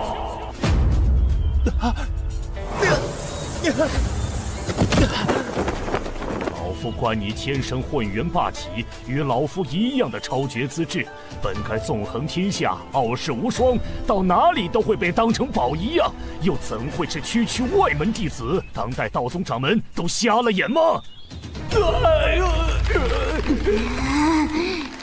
你行你的法子，干嘛还骂我？松手松手，又入戏了。前辈到底是何人？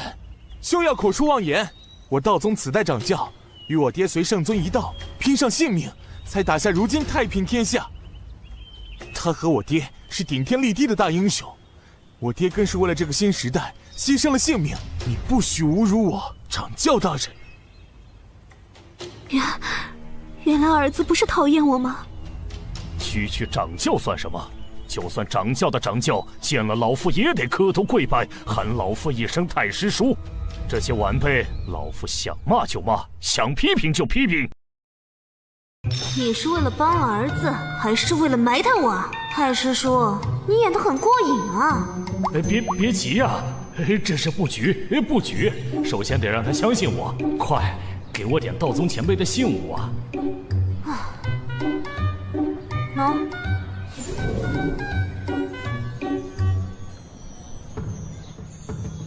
喏。千字辈道传法印，弟子千峰拜见祖师爷。好，老夫身处此地甚久，不知外界发生的故事，和老夫说说你爹的英雄事迹。我爹，娘。此处只有老夫一人，哪来的你什么娘？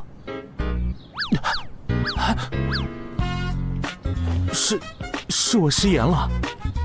喂，你干什么？这个问题和让他信你有什么关系啊？既然把我说死了，我这个牺牲的爹当然要知道一下原委了。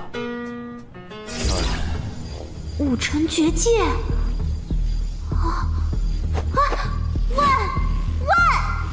这可是武城绝界，你若是强行打开，闹出大动静，这计策可就穿帮了。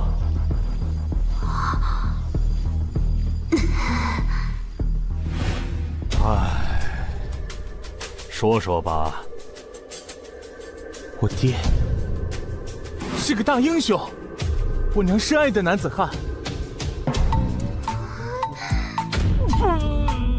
祖师爷，你怎么了？没事，你继续说。15年前，我爹遭遇魔门卑鄙之徒的暗算，身中奇毒，误入我娘修炼之所。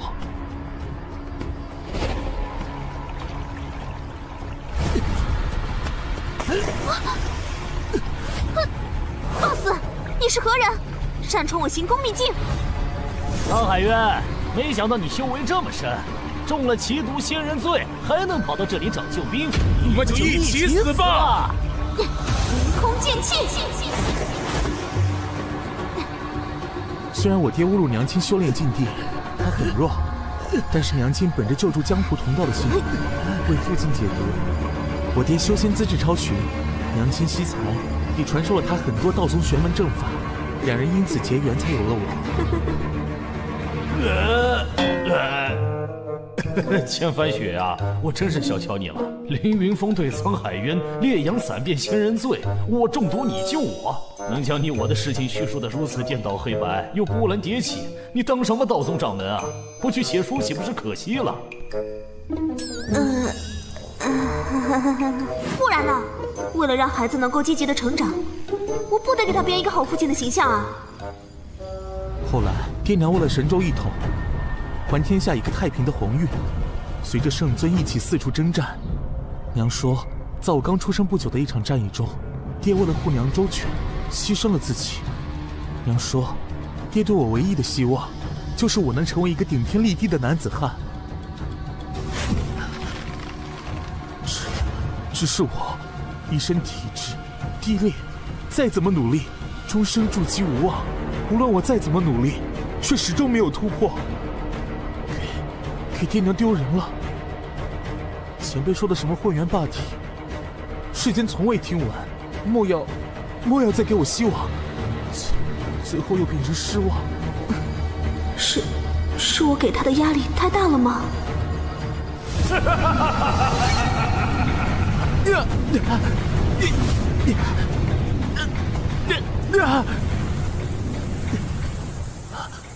笑话！当今之人有眼无珠，你我之丹田，周身经络坚韧厚重，远超常人，天下罕有。寻常功法乃为凡俗之人所用，又怎配得上这身天赋霸绝之姿？超绝之姿，当配超绝之法，方能成就大道。老夫年轻时犯了大错，历史自封于此，终身不出。一生经世修为和超绝法术，若是就此失传，甚是可惜。老夫观你心性耿直，愿收你为徒，传你一身绝世奇术，你可愿意？真的。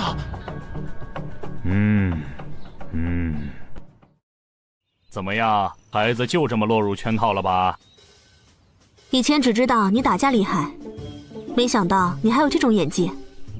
本尊面对的敌人不仅武力超群，智谋也是绝顶。若是没脑子，怎能突出重围？不行！为什么？若是我拜了前辈为师，在道宗的辈分岂不是乱了？宗内辈分最高的长老，不都得喊我祖师叔？哎呦，真是耿直的孩子。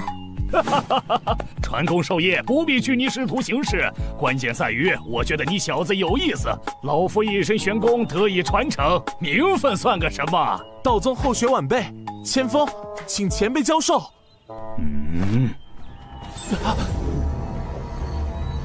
这就开始吧。前辈，我该做些什么？方法要说简单，可说是简单到了极致；但要是说难，又难如登天。也许会要了你的小命，你敢吗？喂，你可没告诉我会有生命危险。我明白你的意思。作为师父，希望收到值得托付的弟子，而作为父母，却又担心孩子的安全。但是你我能成长至今，哪个不是经历生死考验？我们打下这个和平的天下，不就是为了让子孙后代们不用再面对这些吗？天下的和平由我们开创，但是未来需要他们这年轻一辈来守护。放心吧，我会一直在旁边看着的。真有危险，我也会干预。但是，从小到大，你我有听过父母的苦口婆心吗？我想把选择权交给咱们的儿子，他的人生他做主。晚辈恳请前辈传功。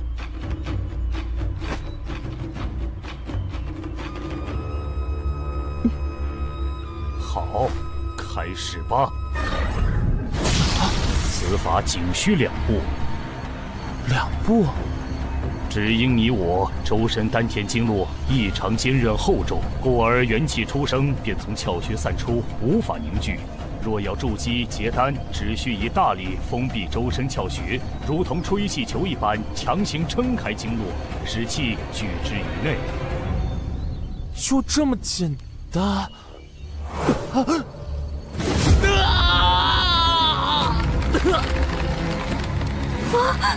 看着孩子最关键的成长，也是做父母的责任，一定要忍住。你若现身，让他意志散乱，前功尽弃。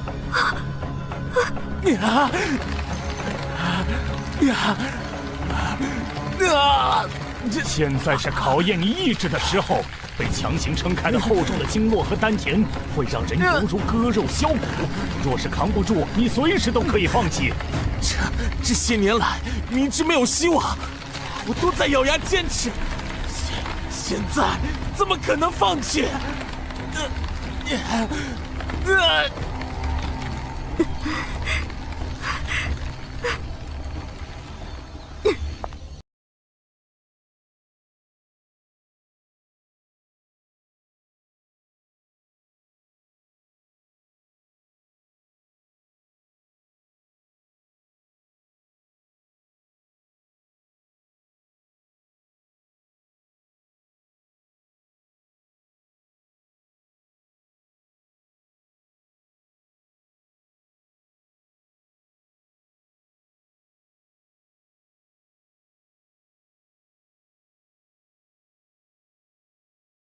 我饶不了你！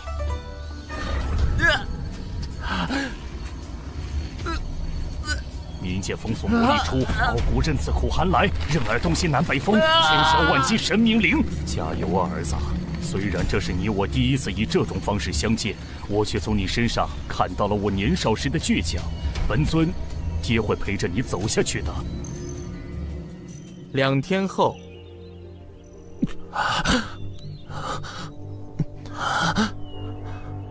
2天了，气盈白骸，肉身洗炼。好小子，第1关你坚持下来了，第2关马上要来了。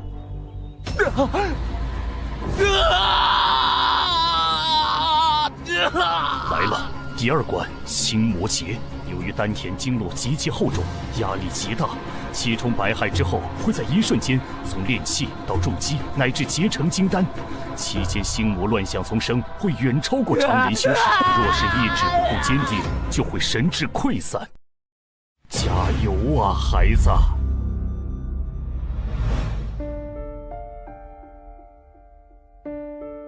唉，先锋自至，绝道蒙尘，主机无望。哇，他可是咱们掌教的儿子啊，居然这么废，真是丢了他娘的脸。谁知道他是不是掌教亲生的呢？没有爹，搞不好是掌教捡回来的。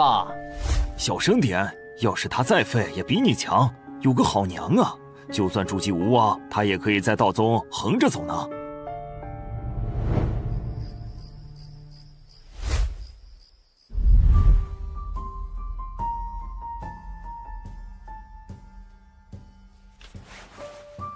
唉，孩子，这里的经卷老夫都背得下来，没有你的希望。唉。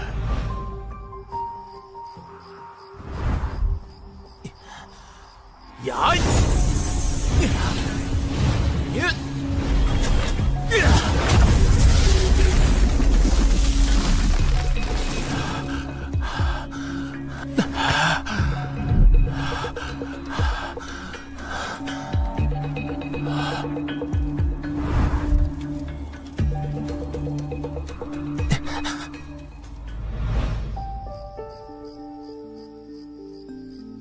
娘，我找到办法了。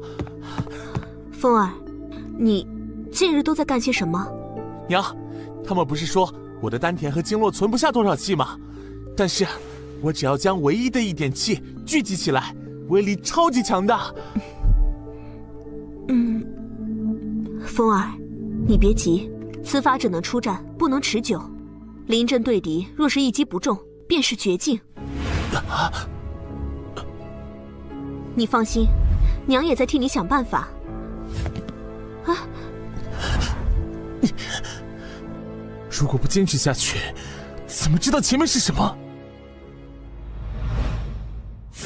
哎！怎么变得这么强了？我只有这条路可走了。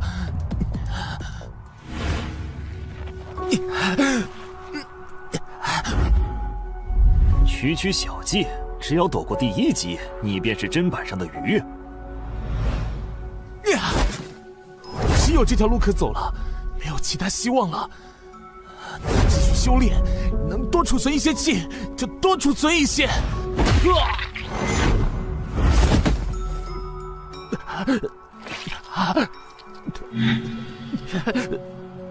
你怎么这么执着？做个废人不好吗？哼，放弃吧，好好做个纨绔子弟不好吗？给他取个外号吧，就叫一击无敌，二级废物，怎么样？我该怎么办？这样下去真的可以吗？如果放弃了，我还有什么路可走？我该怎么办？我该怎么办？真的没有办法了吗？不行，我不行，我是废物！爬星通，挡星魔，别被表象所扰，去想你想要变强的本心，那便是你的道心本源。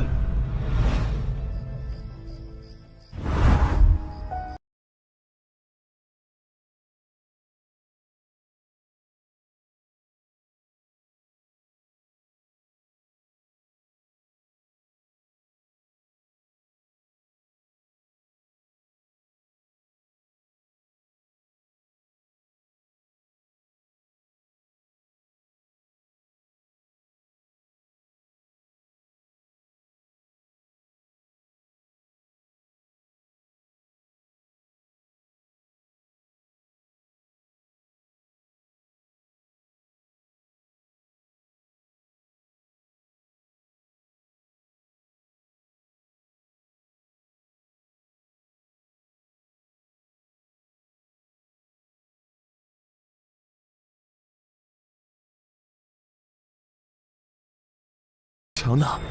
不是为了让周围的人看不起我，不是争强好胜，我只想和爹爹一样，将来能够守护娘亲，守护我最重视的人呢。其他人的嘲笑与我有什么关系呢？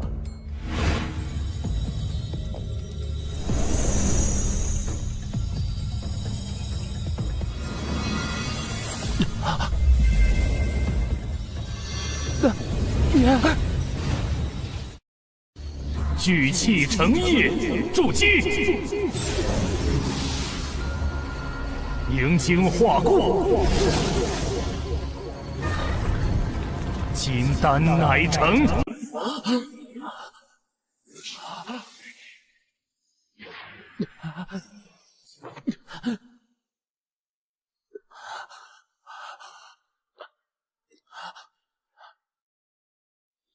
恭喜你呀，孩子！老子的传人要让这天下为你震动。前辈，天风修行，不为功名，不求名扬天下，只求无愧于心。哈哈哈哈哈哈！好孩子，那便行你的道。前辈，你怎么了？不打紧，不打紧。老夫寿元将近。能得了你这个传人，也算欣慰。只是老夫一生征战，一生孤独，临终前还能有你陪在身边，老天也算待我不薄。虽然你不愿意拜我为师，甚是可惜呀。千方碍于道宗辈分，不能拜前辈为师。千方自有父亲亡故，今得前辈脱胎造化之恩，不知千方能否喊前辈一声义父？老夫临了还能有此孩子，甚是有幸啊！义父在上，请受孩儿一拜。好孩子，让为父好好抱抱你。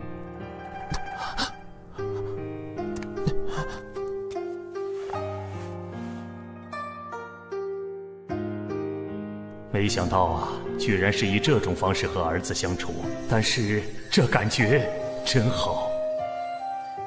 要给离别加点特效才行，遁法万鸟飞絮。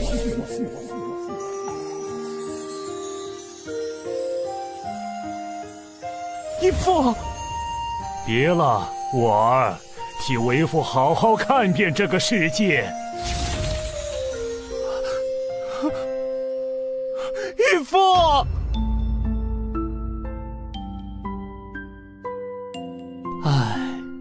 本尊这该死的演技呀！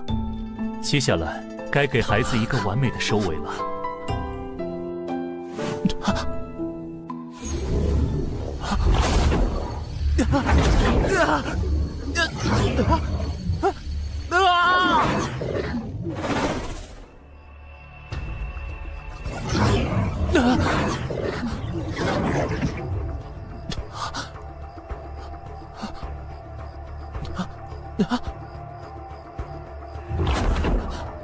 义父，您的大恩，孩儿永世不忘。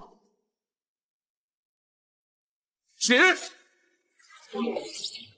神迹充盈，百骸贯通，天人交感，洗精法髓，金丹乃成。这便是金丹境吗？居然直接跨越了2境。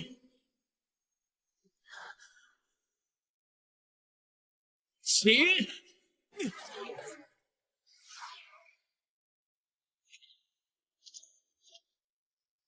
才2天功夫，这么快就出来了？多亏了兄弟，让千方得到了最宝贵的东西。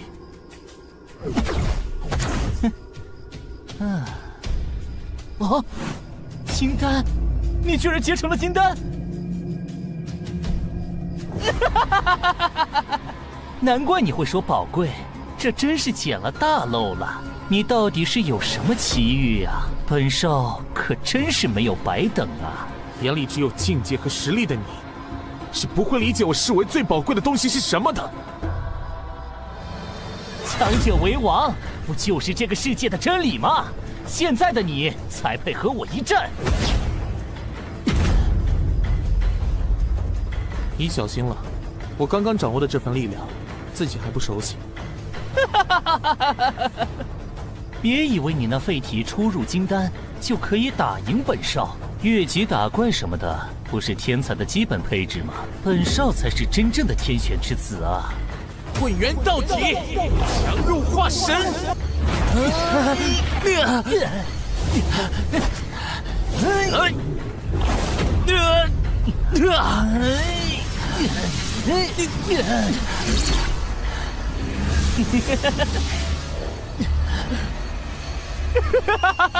痛快，再来！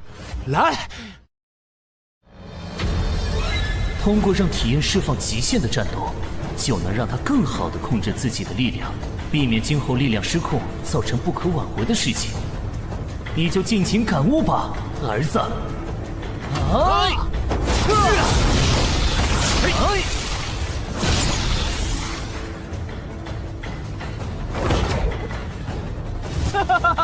好小子，这次就算我们打个平手，敢不敢报出你的名字？本少还会来找你的。道宗弟子，前方随时恭候。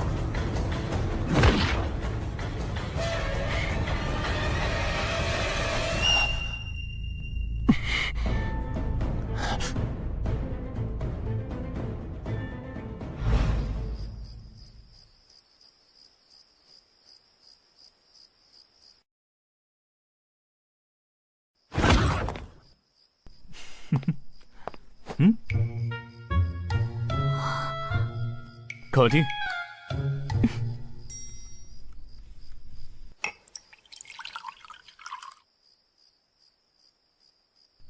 谢谢。喂，你突然露出这么温柔的样子，我很不习惯啊。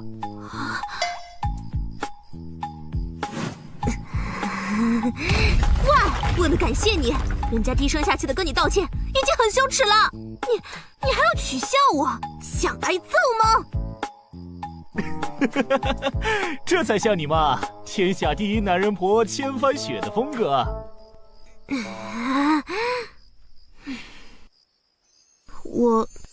我真的很像男人婆吗？不是很像，根本就是，当之无愧。想当年，道宗天下行走千帆雪，走遍神州大地，惩奸除恶，对抗魔教，外遇强敌，哪里都有你的身影。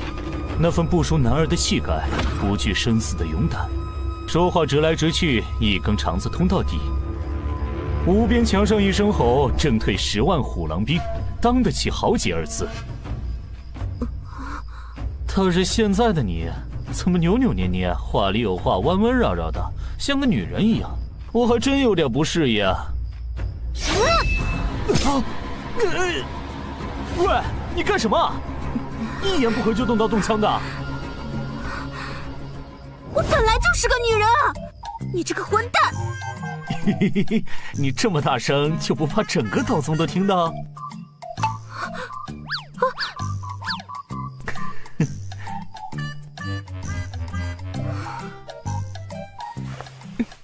对不起。喂，你这整晚的都在干嘛？有话直说呀，干嘛突然跟我道歉啊？你这样我很不适应啊。我没让你们父子相认，你会怪我吗？我还以为你想说什么呢。就这事儿，这难道不重要吗？当然重要，但是我能理解你作为母亲的苦心，换做我，也许会和你一样。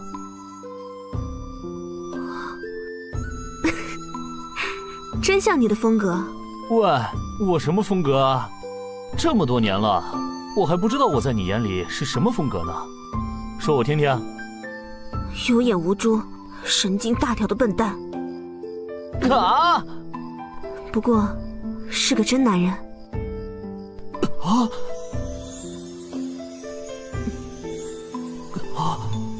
突然感觉好尴尬呀！为什么感觉心跳的有点厉害？得找个话题才行。怎么了？儿子虽然突破了，但是已经从道宗的选拔赛里落选了，他有失落吗？不会，我已经安排他下山历练了。正好有件事可以让他去处理处理。哦，儿子都还没下过山，他能应付得过来吗？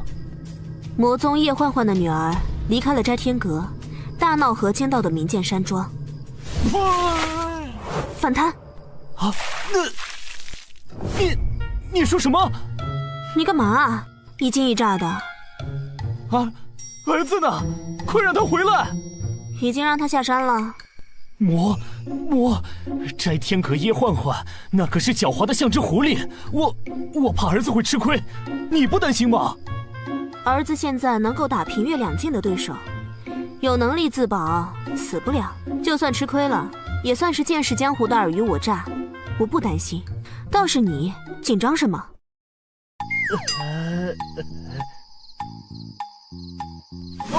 对了，儿子的事情解决了，我要回去看看万法大会的筹备情况了。我先走了。你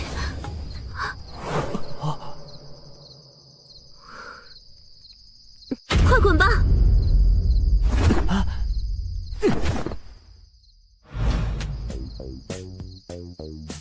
我去！怎么会发生这么狗血的事情？女儿头脑灵活，诡计多端，防不胜防。儿子刚刚跃进升级，堪称他们这一代弟子的顶尖，但是性情耿直，要是一个不小心，谁受伤都太糟了。对了，找叶幻幻去，让他把女儿带回家不就好了？不愧是本尊，身经百战，再难解的事情也能轻松搞定。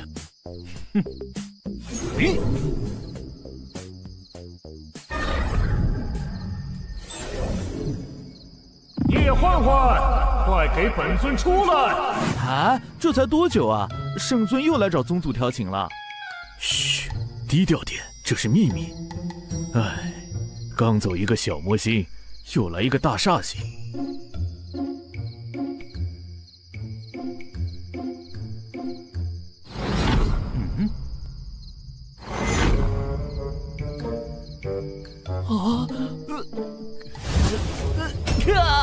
喂，你干嘛穿成这样？下面还有人看着呢。人家正在沐浴呢，圣尊突然来此喊人家，人家就着急着赶来呢。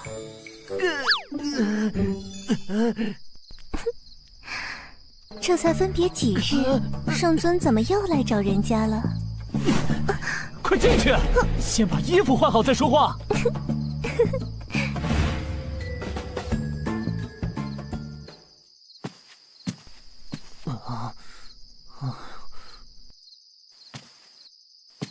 已经换好了，圣尊说说吧，为何到此？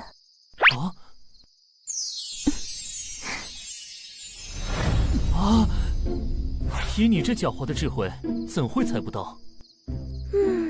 人家又不是圣尊肚子里的蛔虫，也不善他心通，怎么可能知道呢？女儿是女儿的事啊，你怎么会不知道？玲珑怎么了？她离开了斋天阁，现在正在外面到处捣乱啊！据说把那河间道第一大门阀的明剑山庄搞得鸡飞狗跳的。这野丫头居然跑出去了！我说怎么好几天都不见她了？喂，你不担心女儿吗？明剑山庄是到处找人来对付女儿啊！你是担心咱们的女儿呢，还是担心明剑山庄呢？当然是担心女儿啊！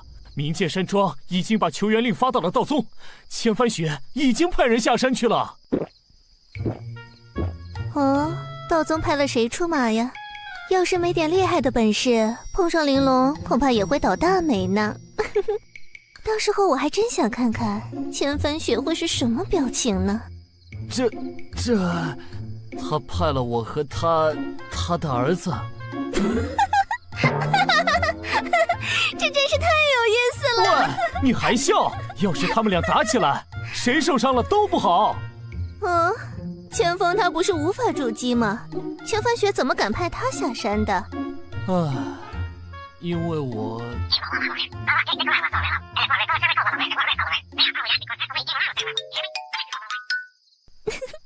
有了你这个天下最强的圣尊当老爹，你的孩子就像是天生带挂，抽到了一手王炸呀！喂，你怎么还笑得出来？他现在根基抽过，也能和元婴境战个有来有回，你就不担心我们的女儿会受伤吗？圣尊天下无敌，我这个小小女子不也是在圣尊手下活得好好的吗？咱们女儿的手段和智慧，可是连我都自愧不如呢。这摘天阁里那些老谋深算的魔头都被他整得自闭了。千帆雪的儿子遇到的第一个对手是他，恐怕也要吃大亏了。喂，你这个女魔头，说话就说话，为什么就这么坐上来了？还不下去？成何体统？哼，离经叛道，不守成规，不就是我魔门奉行的准则吗？移形换影。哼，不懂女人心的木头。你还是跟我走一趟吧。干嘛？去把女儿接回来。他们俩谁受伤了都不好，最好的办法就是别碰头。我不去，人家的教育理念可是放任自由型。喂，少来这套少女撒娇，你也不小了，而且我可不是和你商量，必须走。真是个霸道的男人。再说了，女儿可有主见了，就算去了也没用啊。至少看着他们，别弄出什么乱子来。喂，飞太快了啦！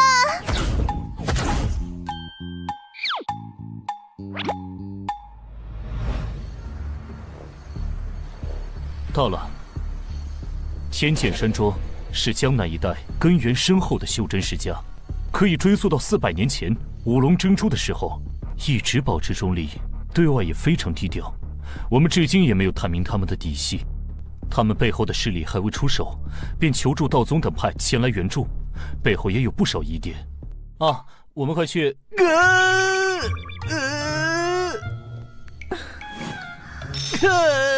喂，你这是怎么回事啊？都是你呀，飞得那么快，人家这身衣服经不起摩擦呀。反正都出来了，先陪我去买身衣服。这扬州府的衣服可是出了名的。喂，别顾着我的手啊！还有，买快点啊，搞不好2个孩子就快碰头了。知道了，知道了，衣服的钱得你掏。省着点啊！神州百废待兴，到处都是用钱的地方，就算是我也很节约的。知道了，不过你得帮我挑哦。真是个没情趣的男人，难怪单身到现在。我只是一直忙着战斗，一统神州之后，又要忙着安定这个国家，没时间考虑自己的事而已啊。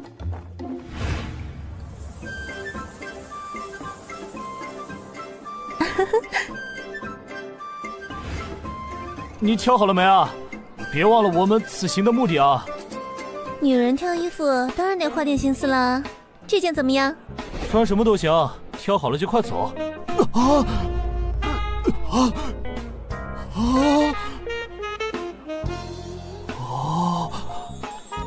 喂，到底好不好看啊？女魔头就是女魔头，难怪当年迷乱了那么多英雄豪杰。可就是迷不了你呀。到底是人家的魅力不够，还是圣尊你有别样的兴趣？啊！你想什么呢？我只是有红月在身，哪有时间顾儿女私情？选好了就走吧。就是腰上有点松，这里有点紧。唉，没有它适合我的尺寸呢，果然还是要定制的才行。那就等把女儿的事情处理好，我再给你定制一套。这可是你说的哦，那就走吧。别弄得好像出来旅游一样啊！怎么找女儿？你们安插在这里的探子呢？走吧，我们去问问。回禀圣尊，教主，玲珑小姐不久前突然失去了踪影，连带着一个道宗想要找小姐麻烦的傻小子，以及暗中跟随保护小姐的我教护卫，也都消失不见了。什么？是谁干的？小女无能，我完全没有线索，请圣尊饶命。退下吧。女儿那么机灵的人，还有我儿目前的修为，能够让他们这么悄无声息的失踪，背后的人不简单啊！你怎么那么淡定啊？我有什么好担心的？一来我相信我们的女儿，她可不是个会落入别人陷阱的人。也许是她自己为了什么目的设计让对手抓住了她。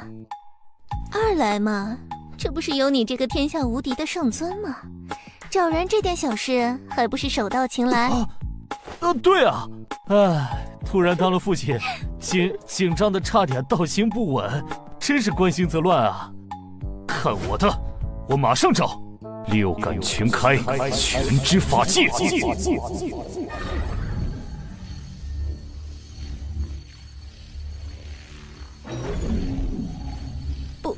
不用这么夸张吧？找到了，走。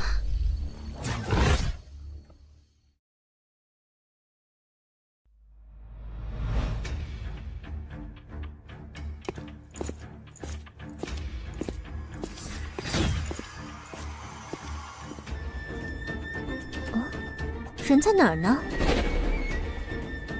下面。有密劳的家族就没有什么好人，自诩正道，却总是干些见不得人的事情，才是真魔啊！那就探探他们的底子，走吧。你想怎么进去？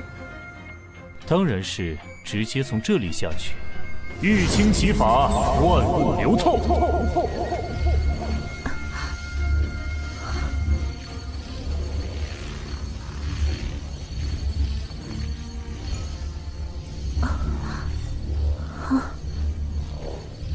这和土遁不一样啊，是什么法术啊？自从误打误撞进入这玉清之境，本尊对这个世界的本相有了全新的认识。比如这世间万象，看似有如实质，实则万物皆空相，包括我们的身体都是。于是我做了多次尝试，意外地开发出来这个全新的法术，可以穿透这世间万物，就如流水过山而透。真是有趣的法术啊！你说的这个和500年前上一次文明里的一些研究成果可以互相印证啊。哦，从认识你开始，你就一直在追寻上古文明的线索呢。500年前的终结之战后，大部分信息被摧毁了，但是仍旧留有不少遗迹，其中就有那个时代的人们对这个世界本真的研究文献。比如他们发现构成我们这个世界的基本单位是一种叫做原子的东西，原子内部99%都是空的，所以和你说的几乎一样呢。确实有意思，等到带回孩子们，你能再跟我详细说说你的发现吗？好呀。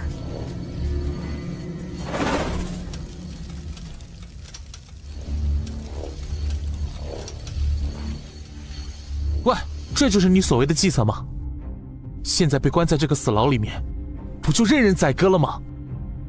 要不是某个人开口闭口小魔女小魔女的，连人话都听不进去，我又打不过你，那我不得带你见识一下真相吗？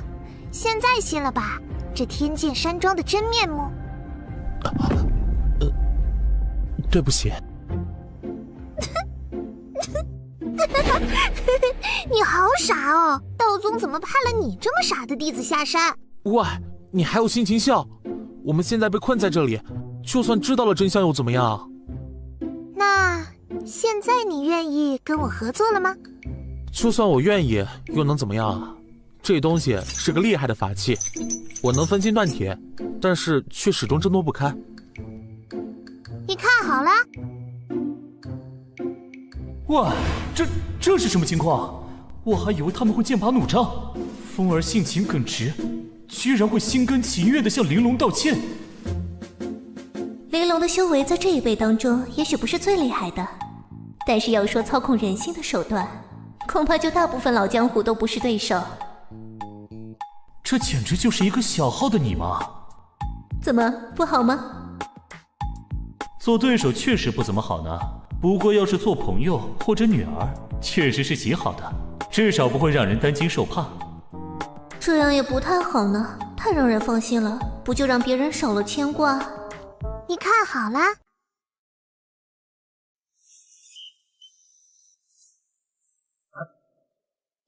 你在干什么？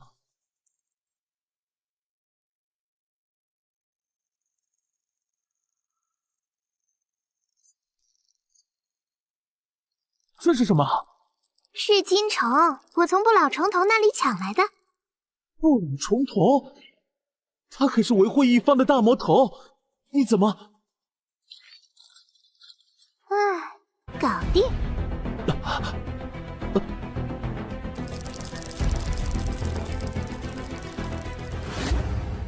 怎么，很好看是不是？我不是，我只是看。看就看了嘛。你们这些自称正道的真奇怪，都喜欢口是心非。我，对不起。你好奇怪啊！你看了我又不会少块肉。啊！真是妥妥的传承了你的衣钵。一般男孩子哪里是女儿的对手？我怎么感觉风儿一直被牵着鼻子走？谢谢夸奖。我们该怎么办？直接现身，将他们带走？这点东西还难不住玲珑。这是孩子们的江湖，要是都有大人保护，以后我们不在了怎么办？我有个好主意。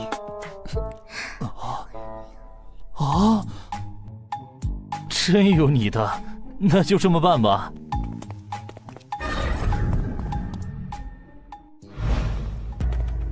喂，你把我也解开来啊！急什么？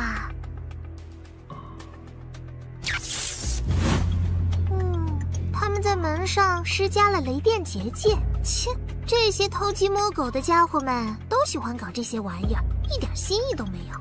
这是紫霄神雷结界，威力至阳至强，触之五内尽焚，神魂震散，元婴境都扛不住，我们根本出不去。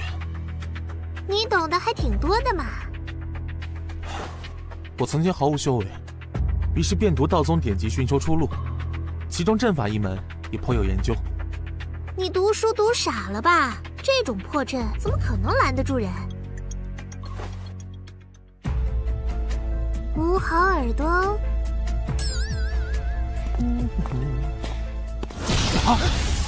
怎么回事？这是怎么回事？人呢？斋天阁那个妖女逃走了啊！我早就说过我们不是一伙的。放走那个斋天阁妖女，要是引来叶焕焕，你可是死罪。我是道宗弟子千芳，被这魔女陷害，一并被抓来这里。快，带我去见庄主，我来替你作证，说明一切，保你不死。好，谢谢兄弟了。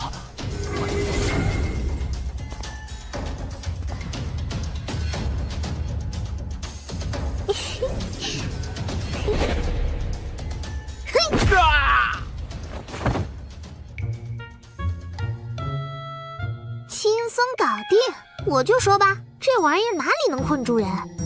千锋甘拜下风，快帮我解。拜拜。喂，你干嘛？干嘛？离开这里寻宝去啊！你把我也放了。放了你，继续给我添乱。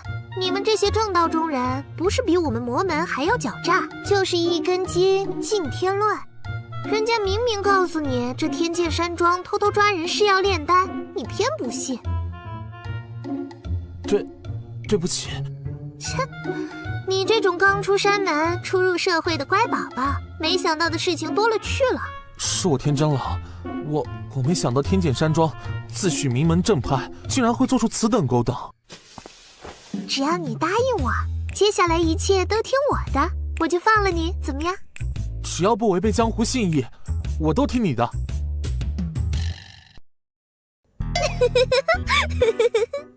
你笑什么？我爱笑就笑，要你管。再啰嗦一句，本姑娘就不管你了。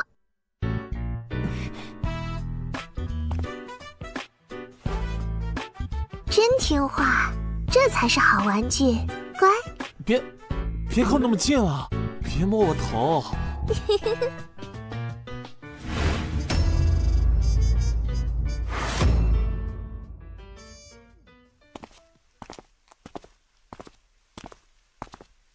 千锋，是你吗？啊，果真是你！快把我放出去！啊！他是谁？一个熟人。你怎么也被抓这里来了？这个嘛，我和师兄回门路上误打误撞进了一处山洞，发现里面有人拿活人炼制人傀儡，师兄不听我劝，直接出手了。结果刚发现那里和天剑山庄有关，就被一个神秘高手抓来这里了，真是笨死了。我反思，那么你们能不能放我们出去了？他也挺厉害的。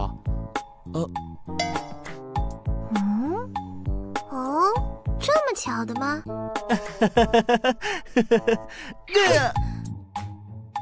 真是上辈子造孽，才遇见你这个满脑子肌肉的笨蛋师兄。哼！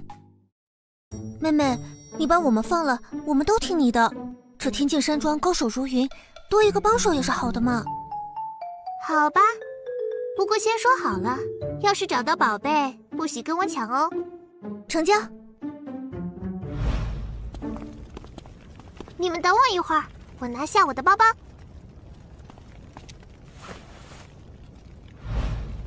走吧。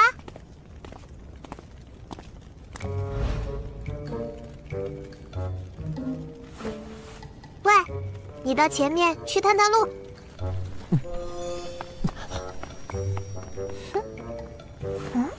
啊，怎么不走了？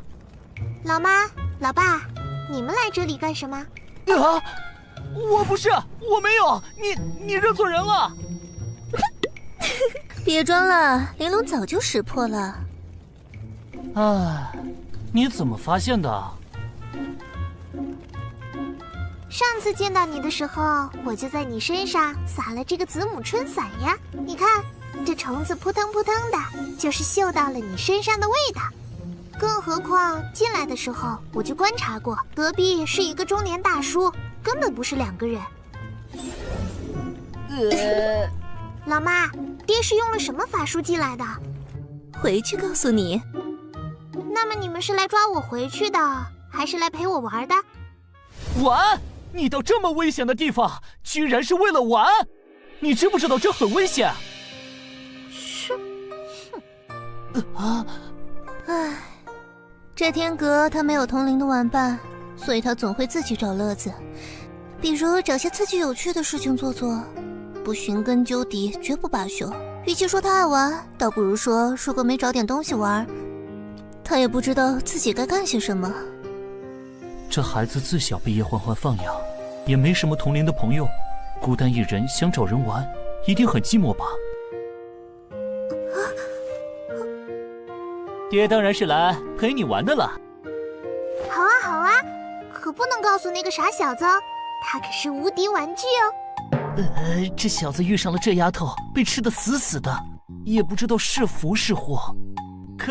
可不能把别人当玩具哦，可以做好朋友嘛，知道了吗？欧啦欧啦，走吧。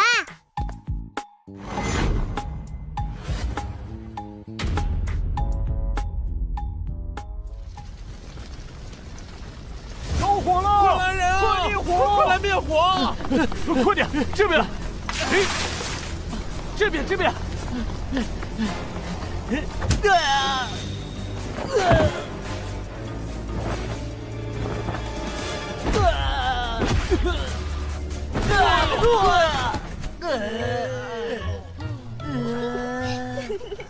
喂，你们是哪一门的？还不快去救火！账房在哪里？上面派我们去保护他。在西厢算账呢，那里没着火。好，你快去救火，我们去守着账房。好。走，去西厢。干嘛去找账房？一个组织里能当上账房的，必定是庄主最信任的人之一，所以知道的秘密也最多。要想把这天剑山庄的宝贝挖出来，不找他找谁？难道直接问庄主吗？快来！咱闺女脑子真好使啊！这天剑山庄数百年的传承，被她一个人搅得天翻地覆。随娘的。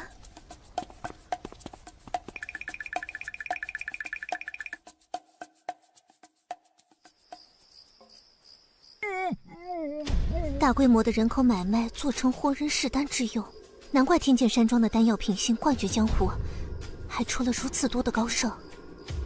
他们炼出如此大量的上品丹药有什么用？和他们每年出货的丹药量，再算上他们自己用的，也只是这总量的零头啊！啊？喂，你知道些什么？还不确定，等再确定一些再告诉你。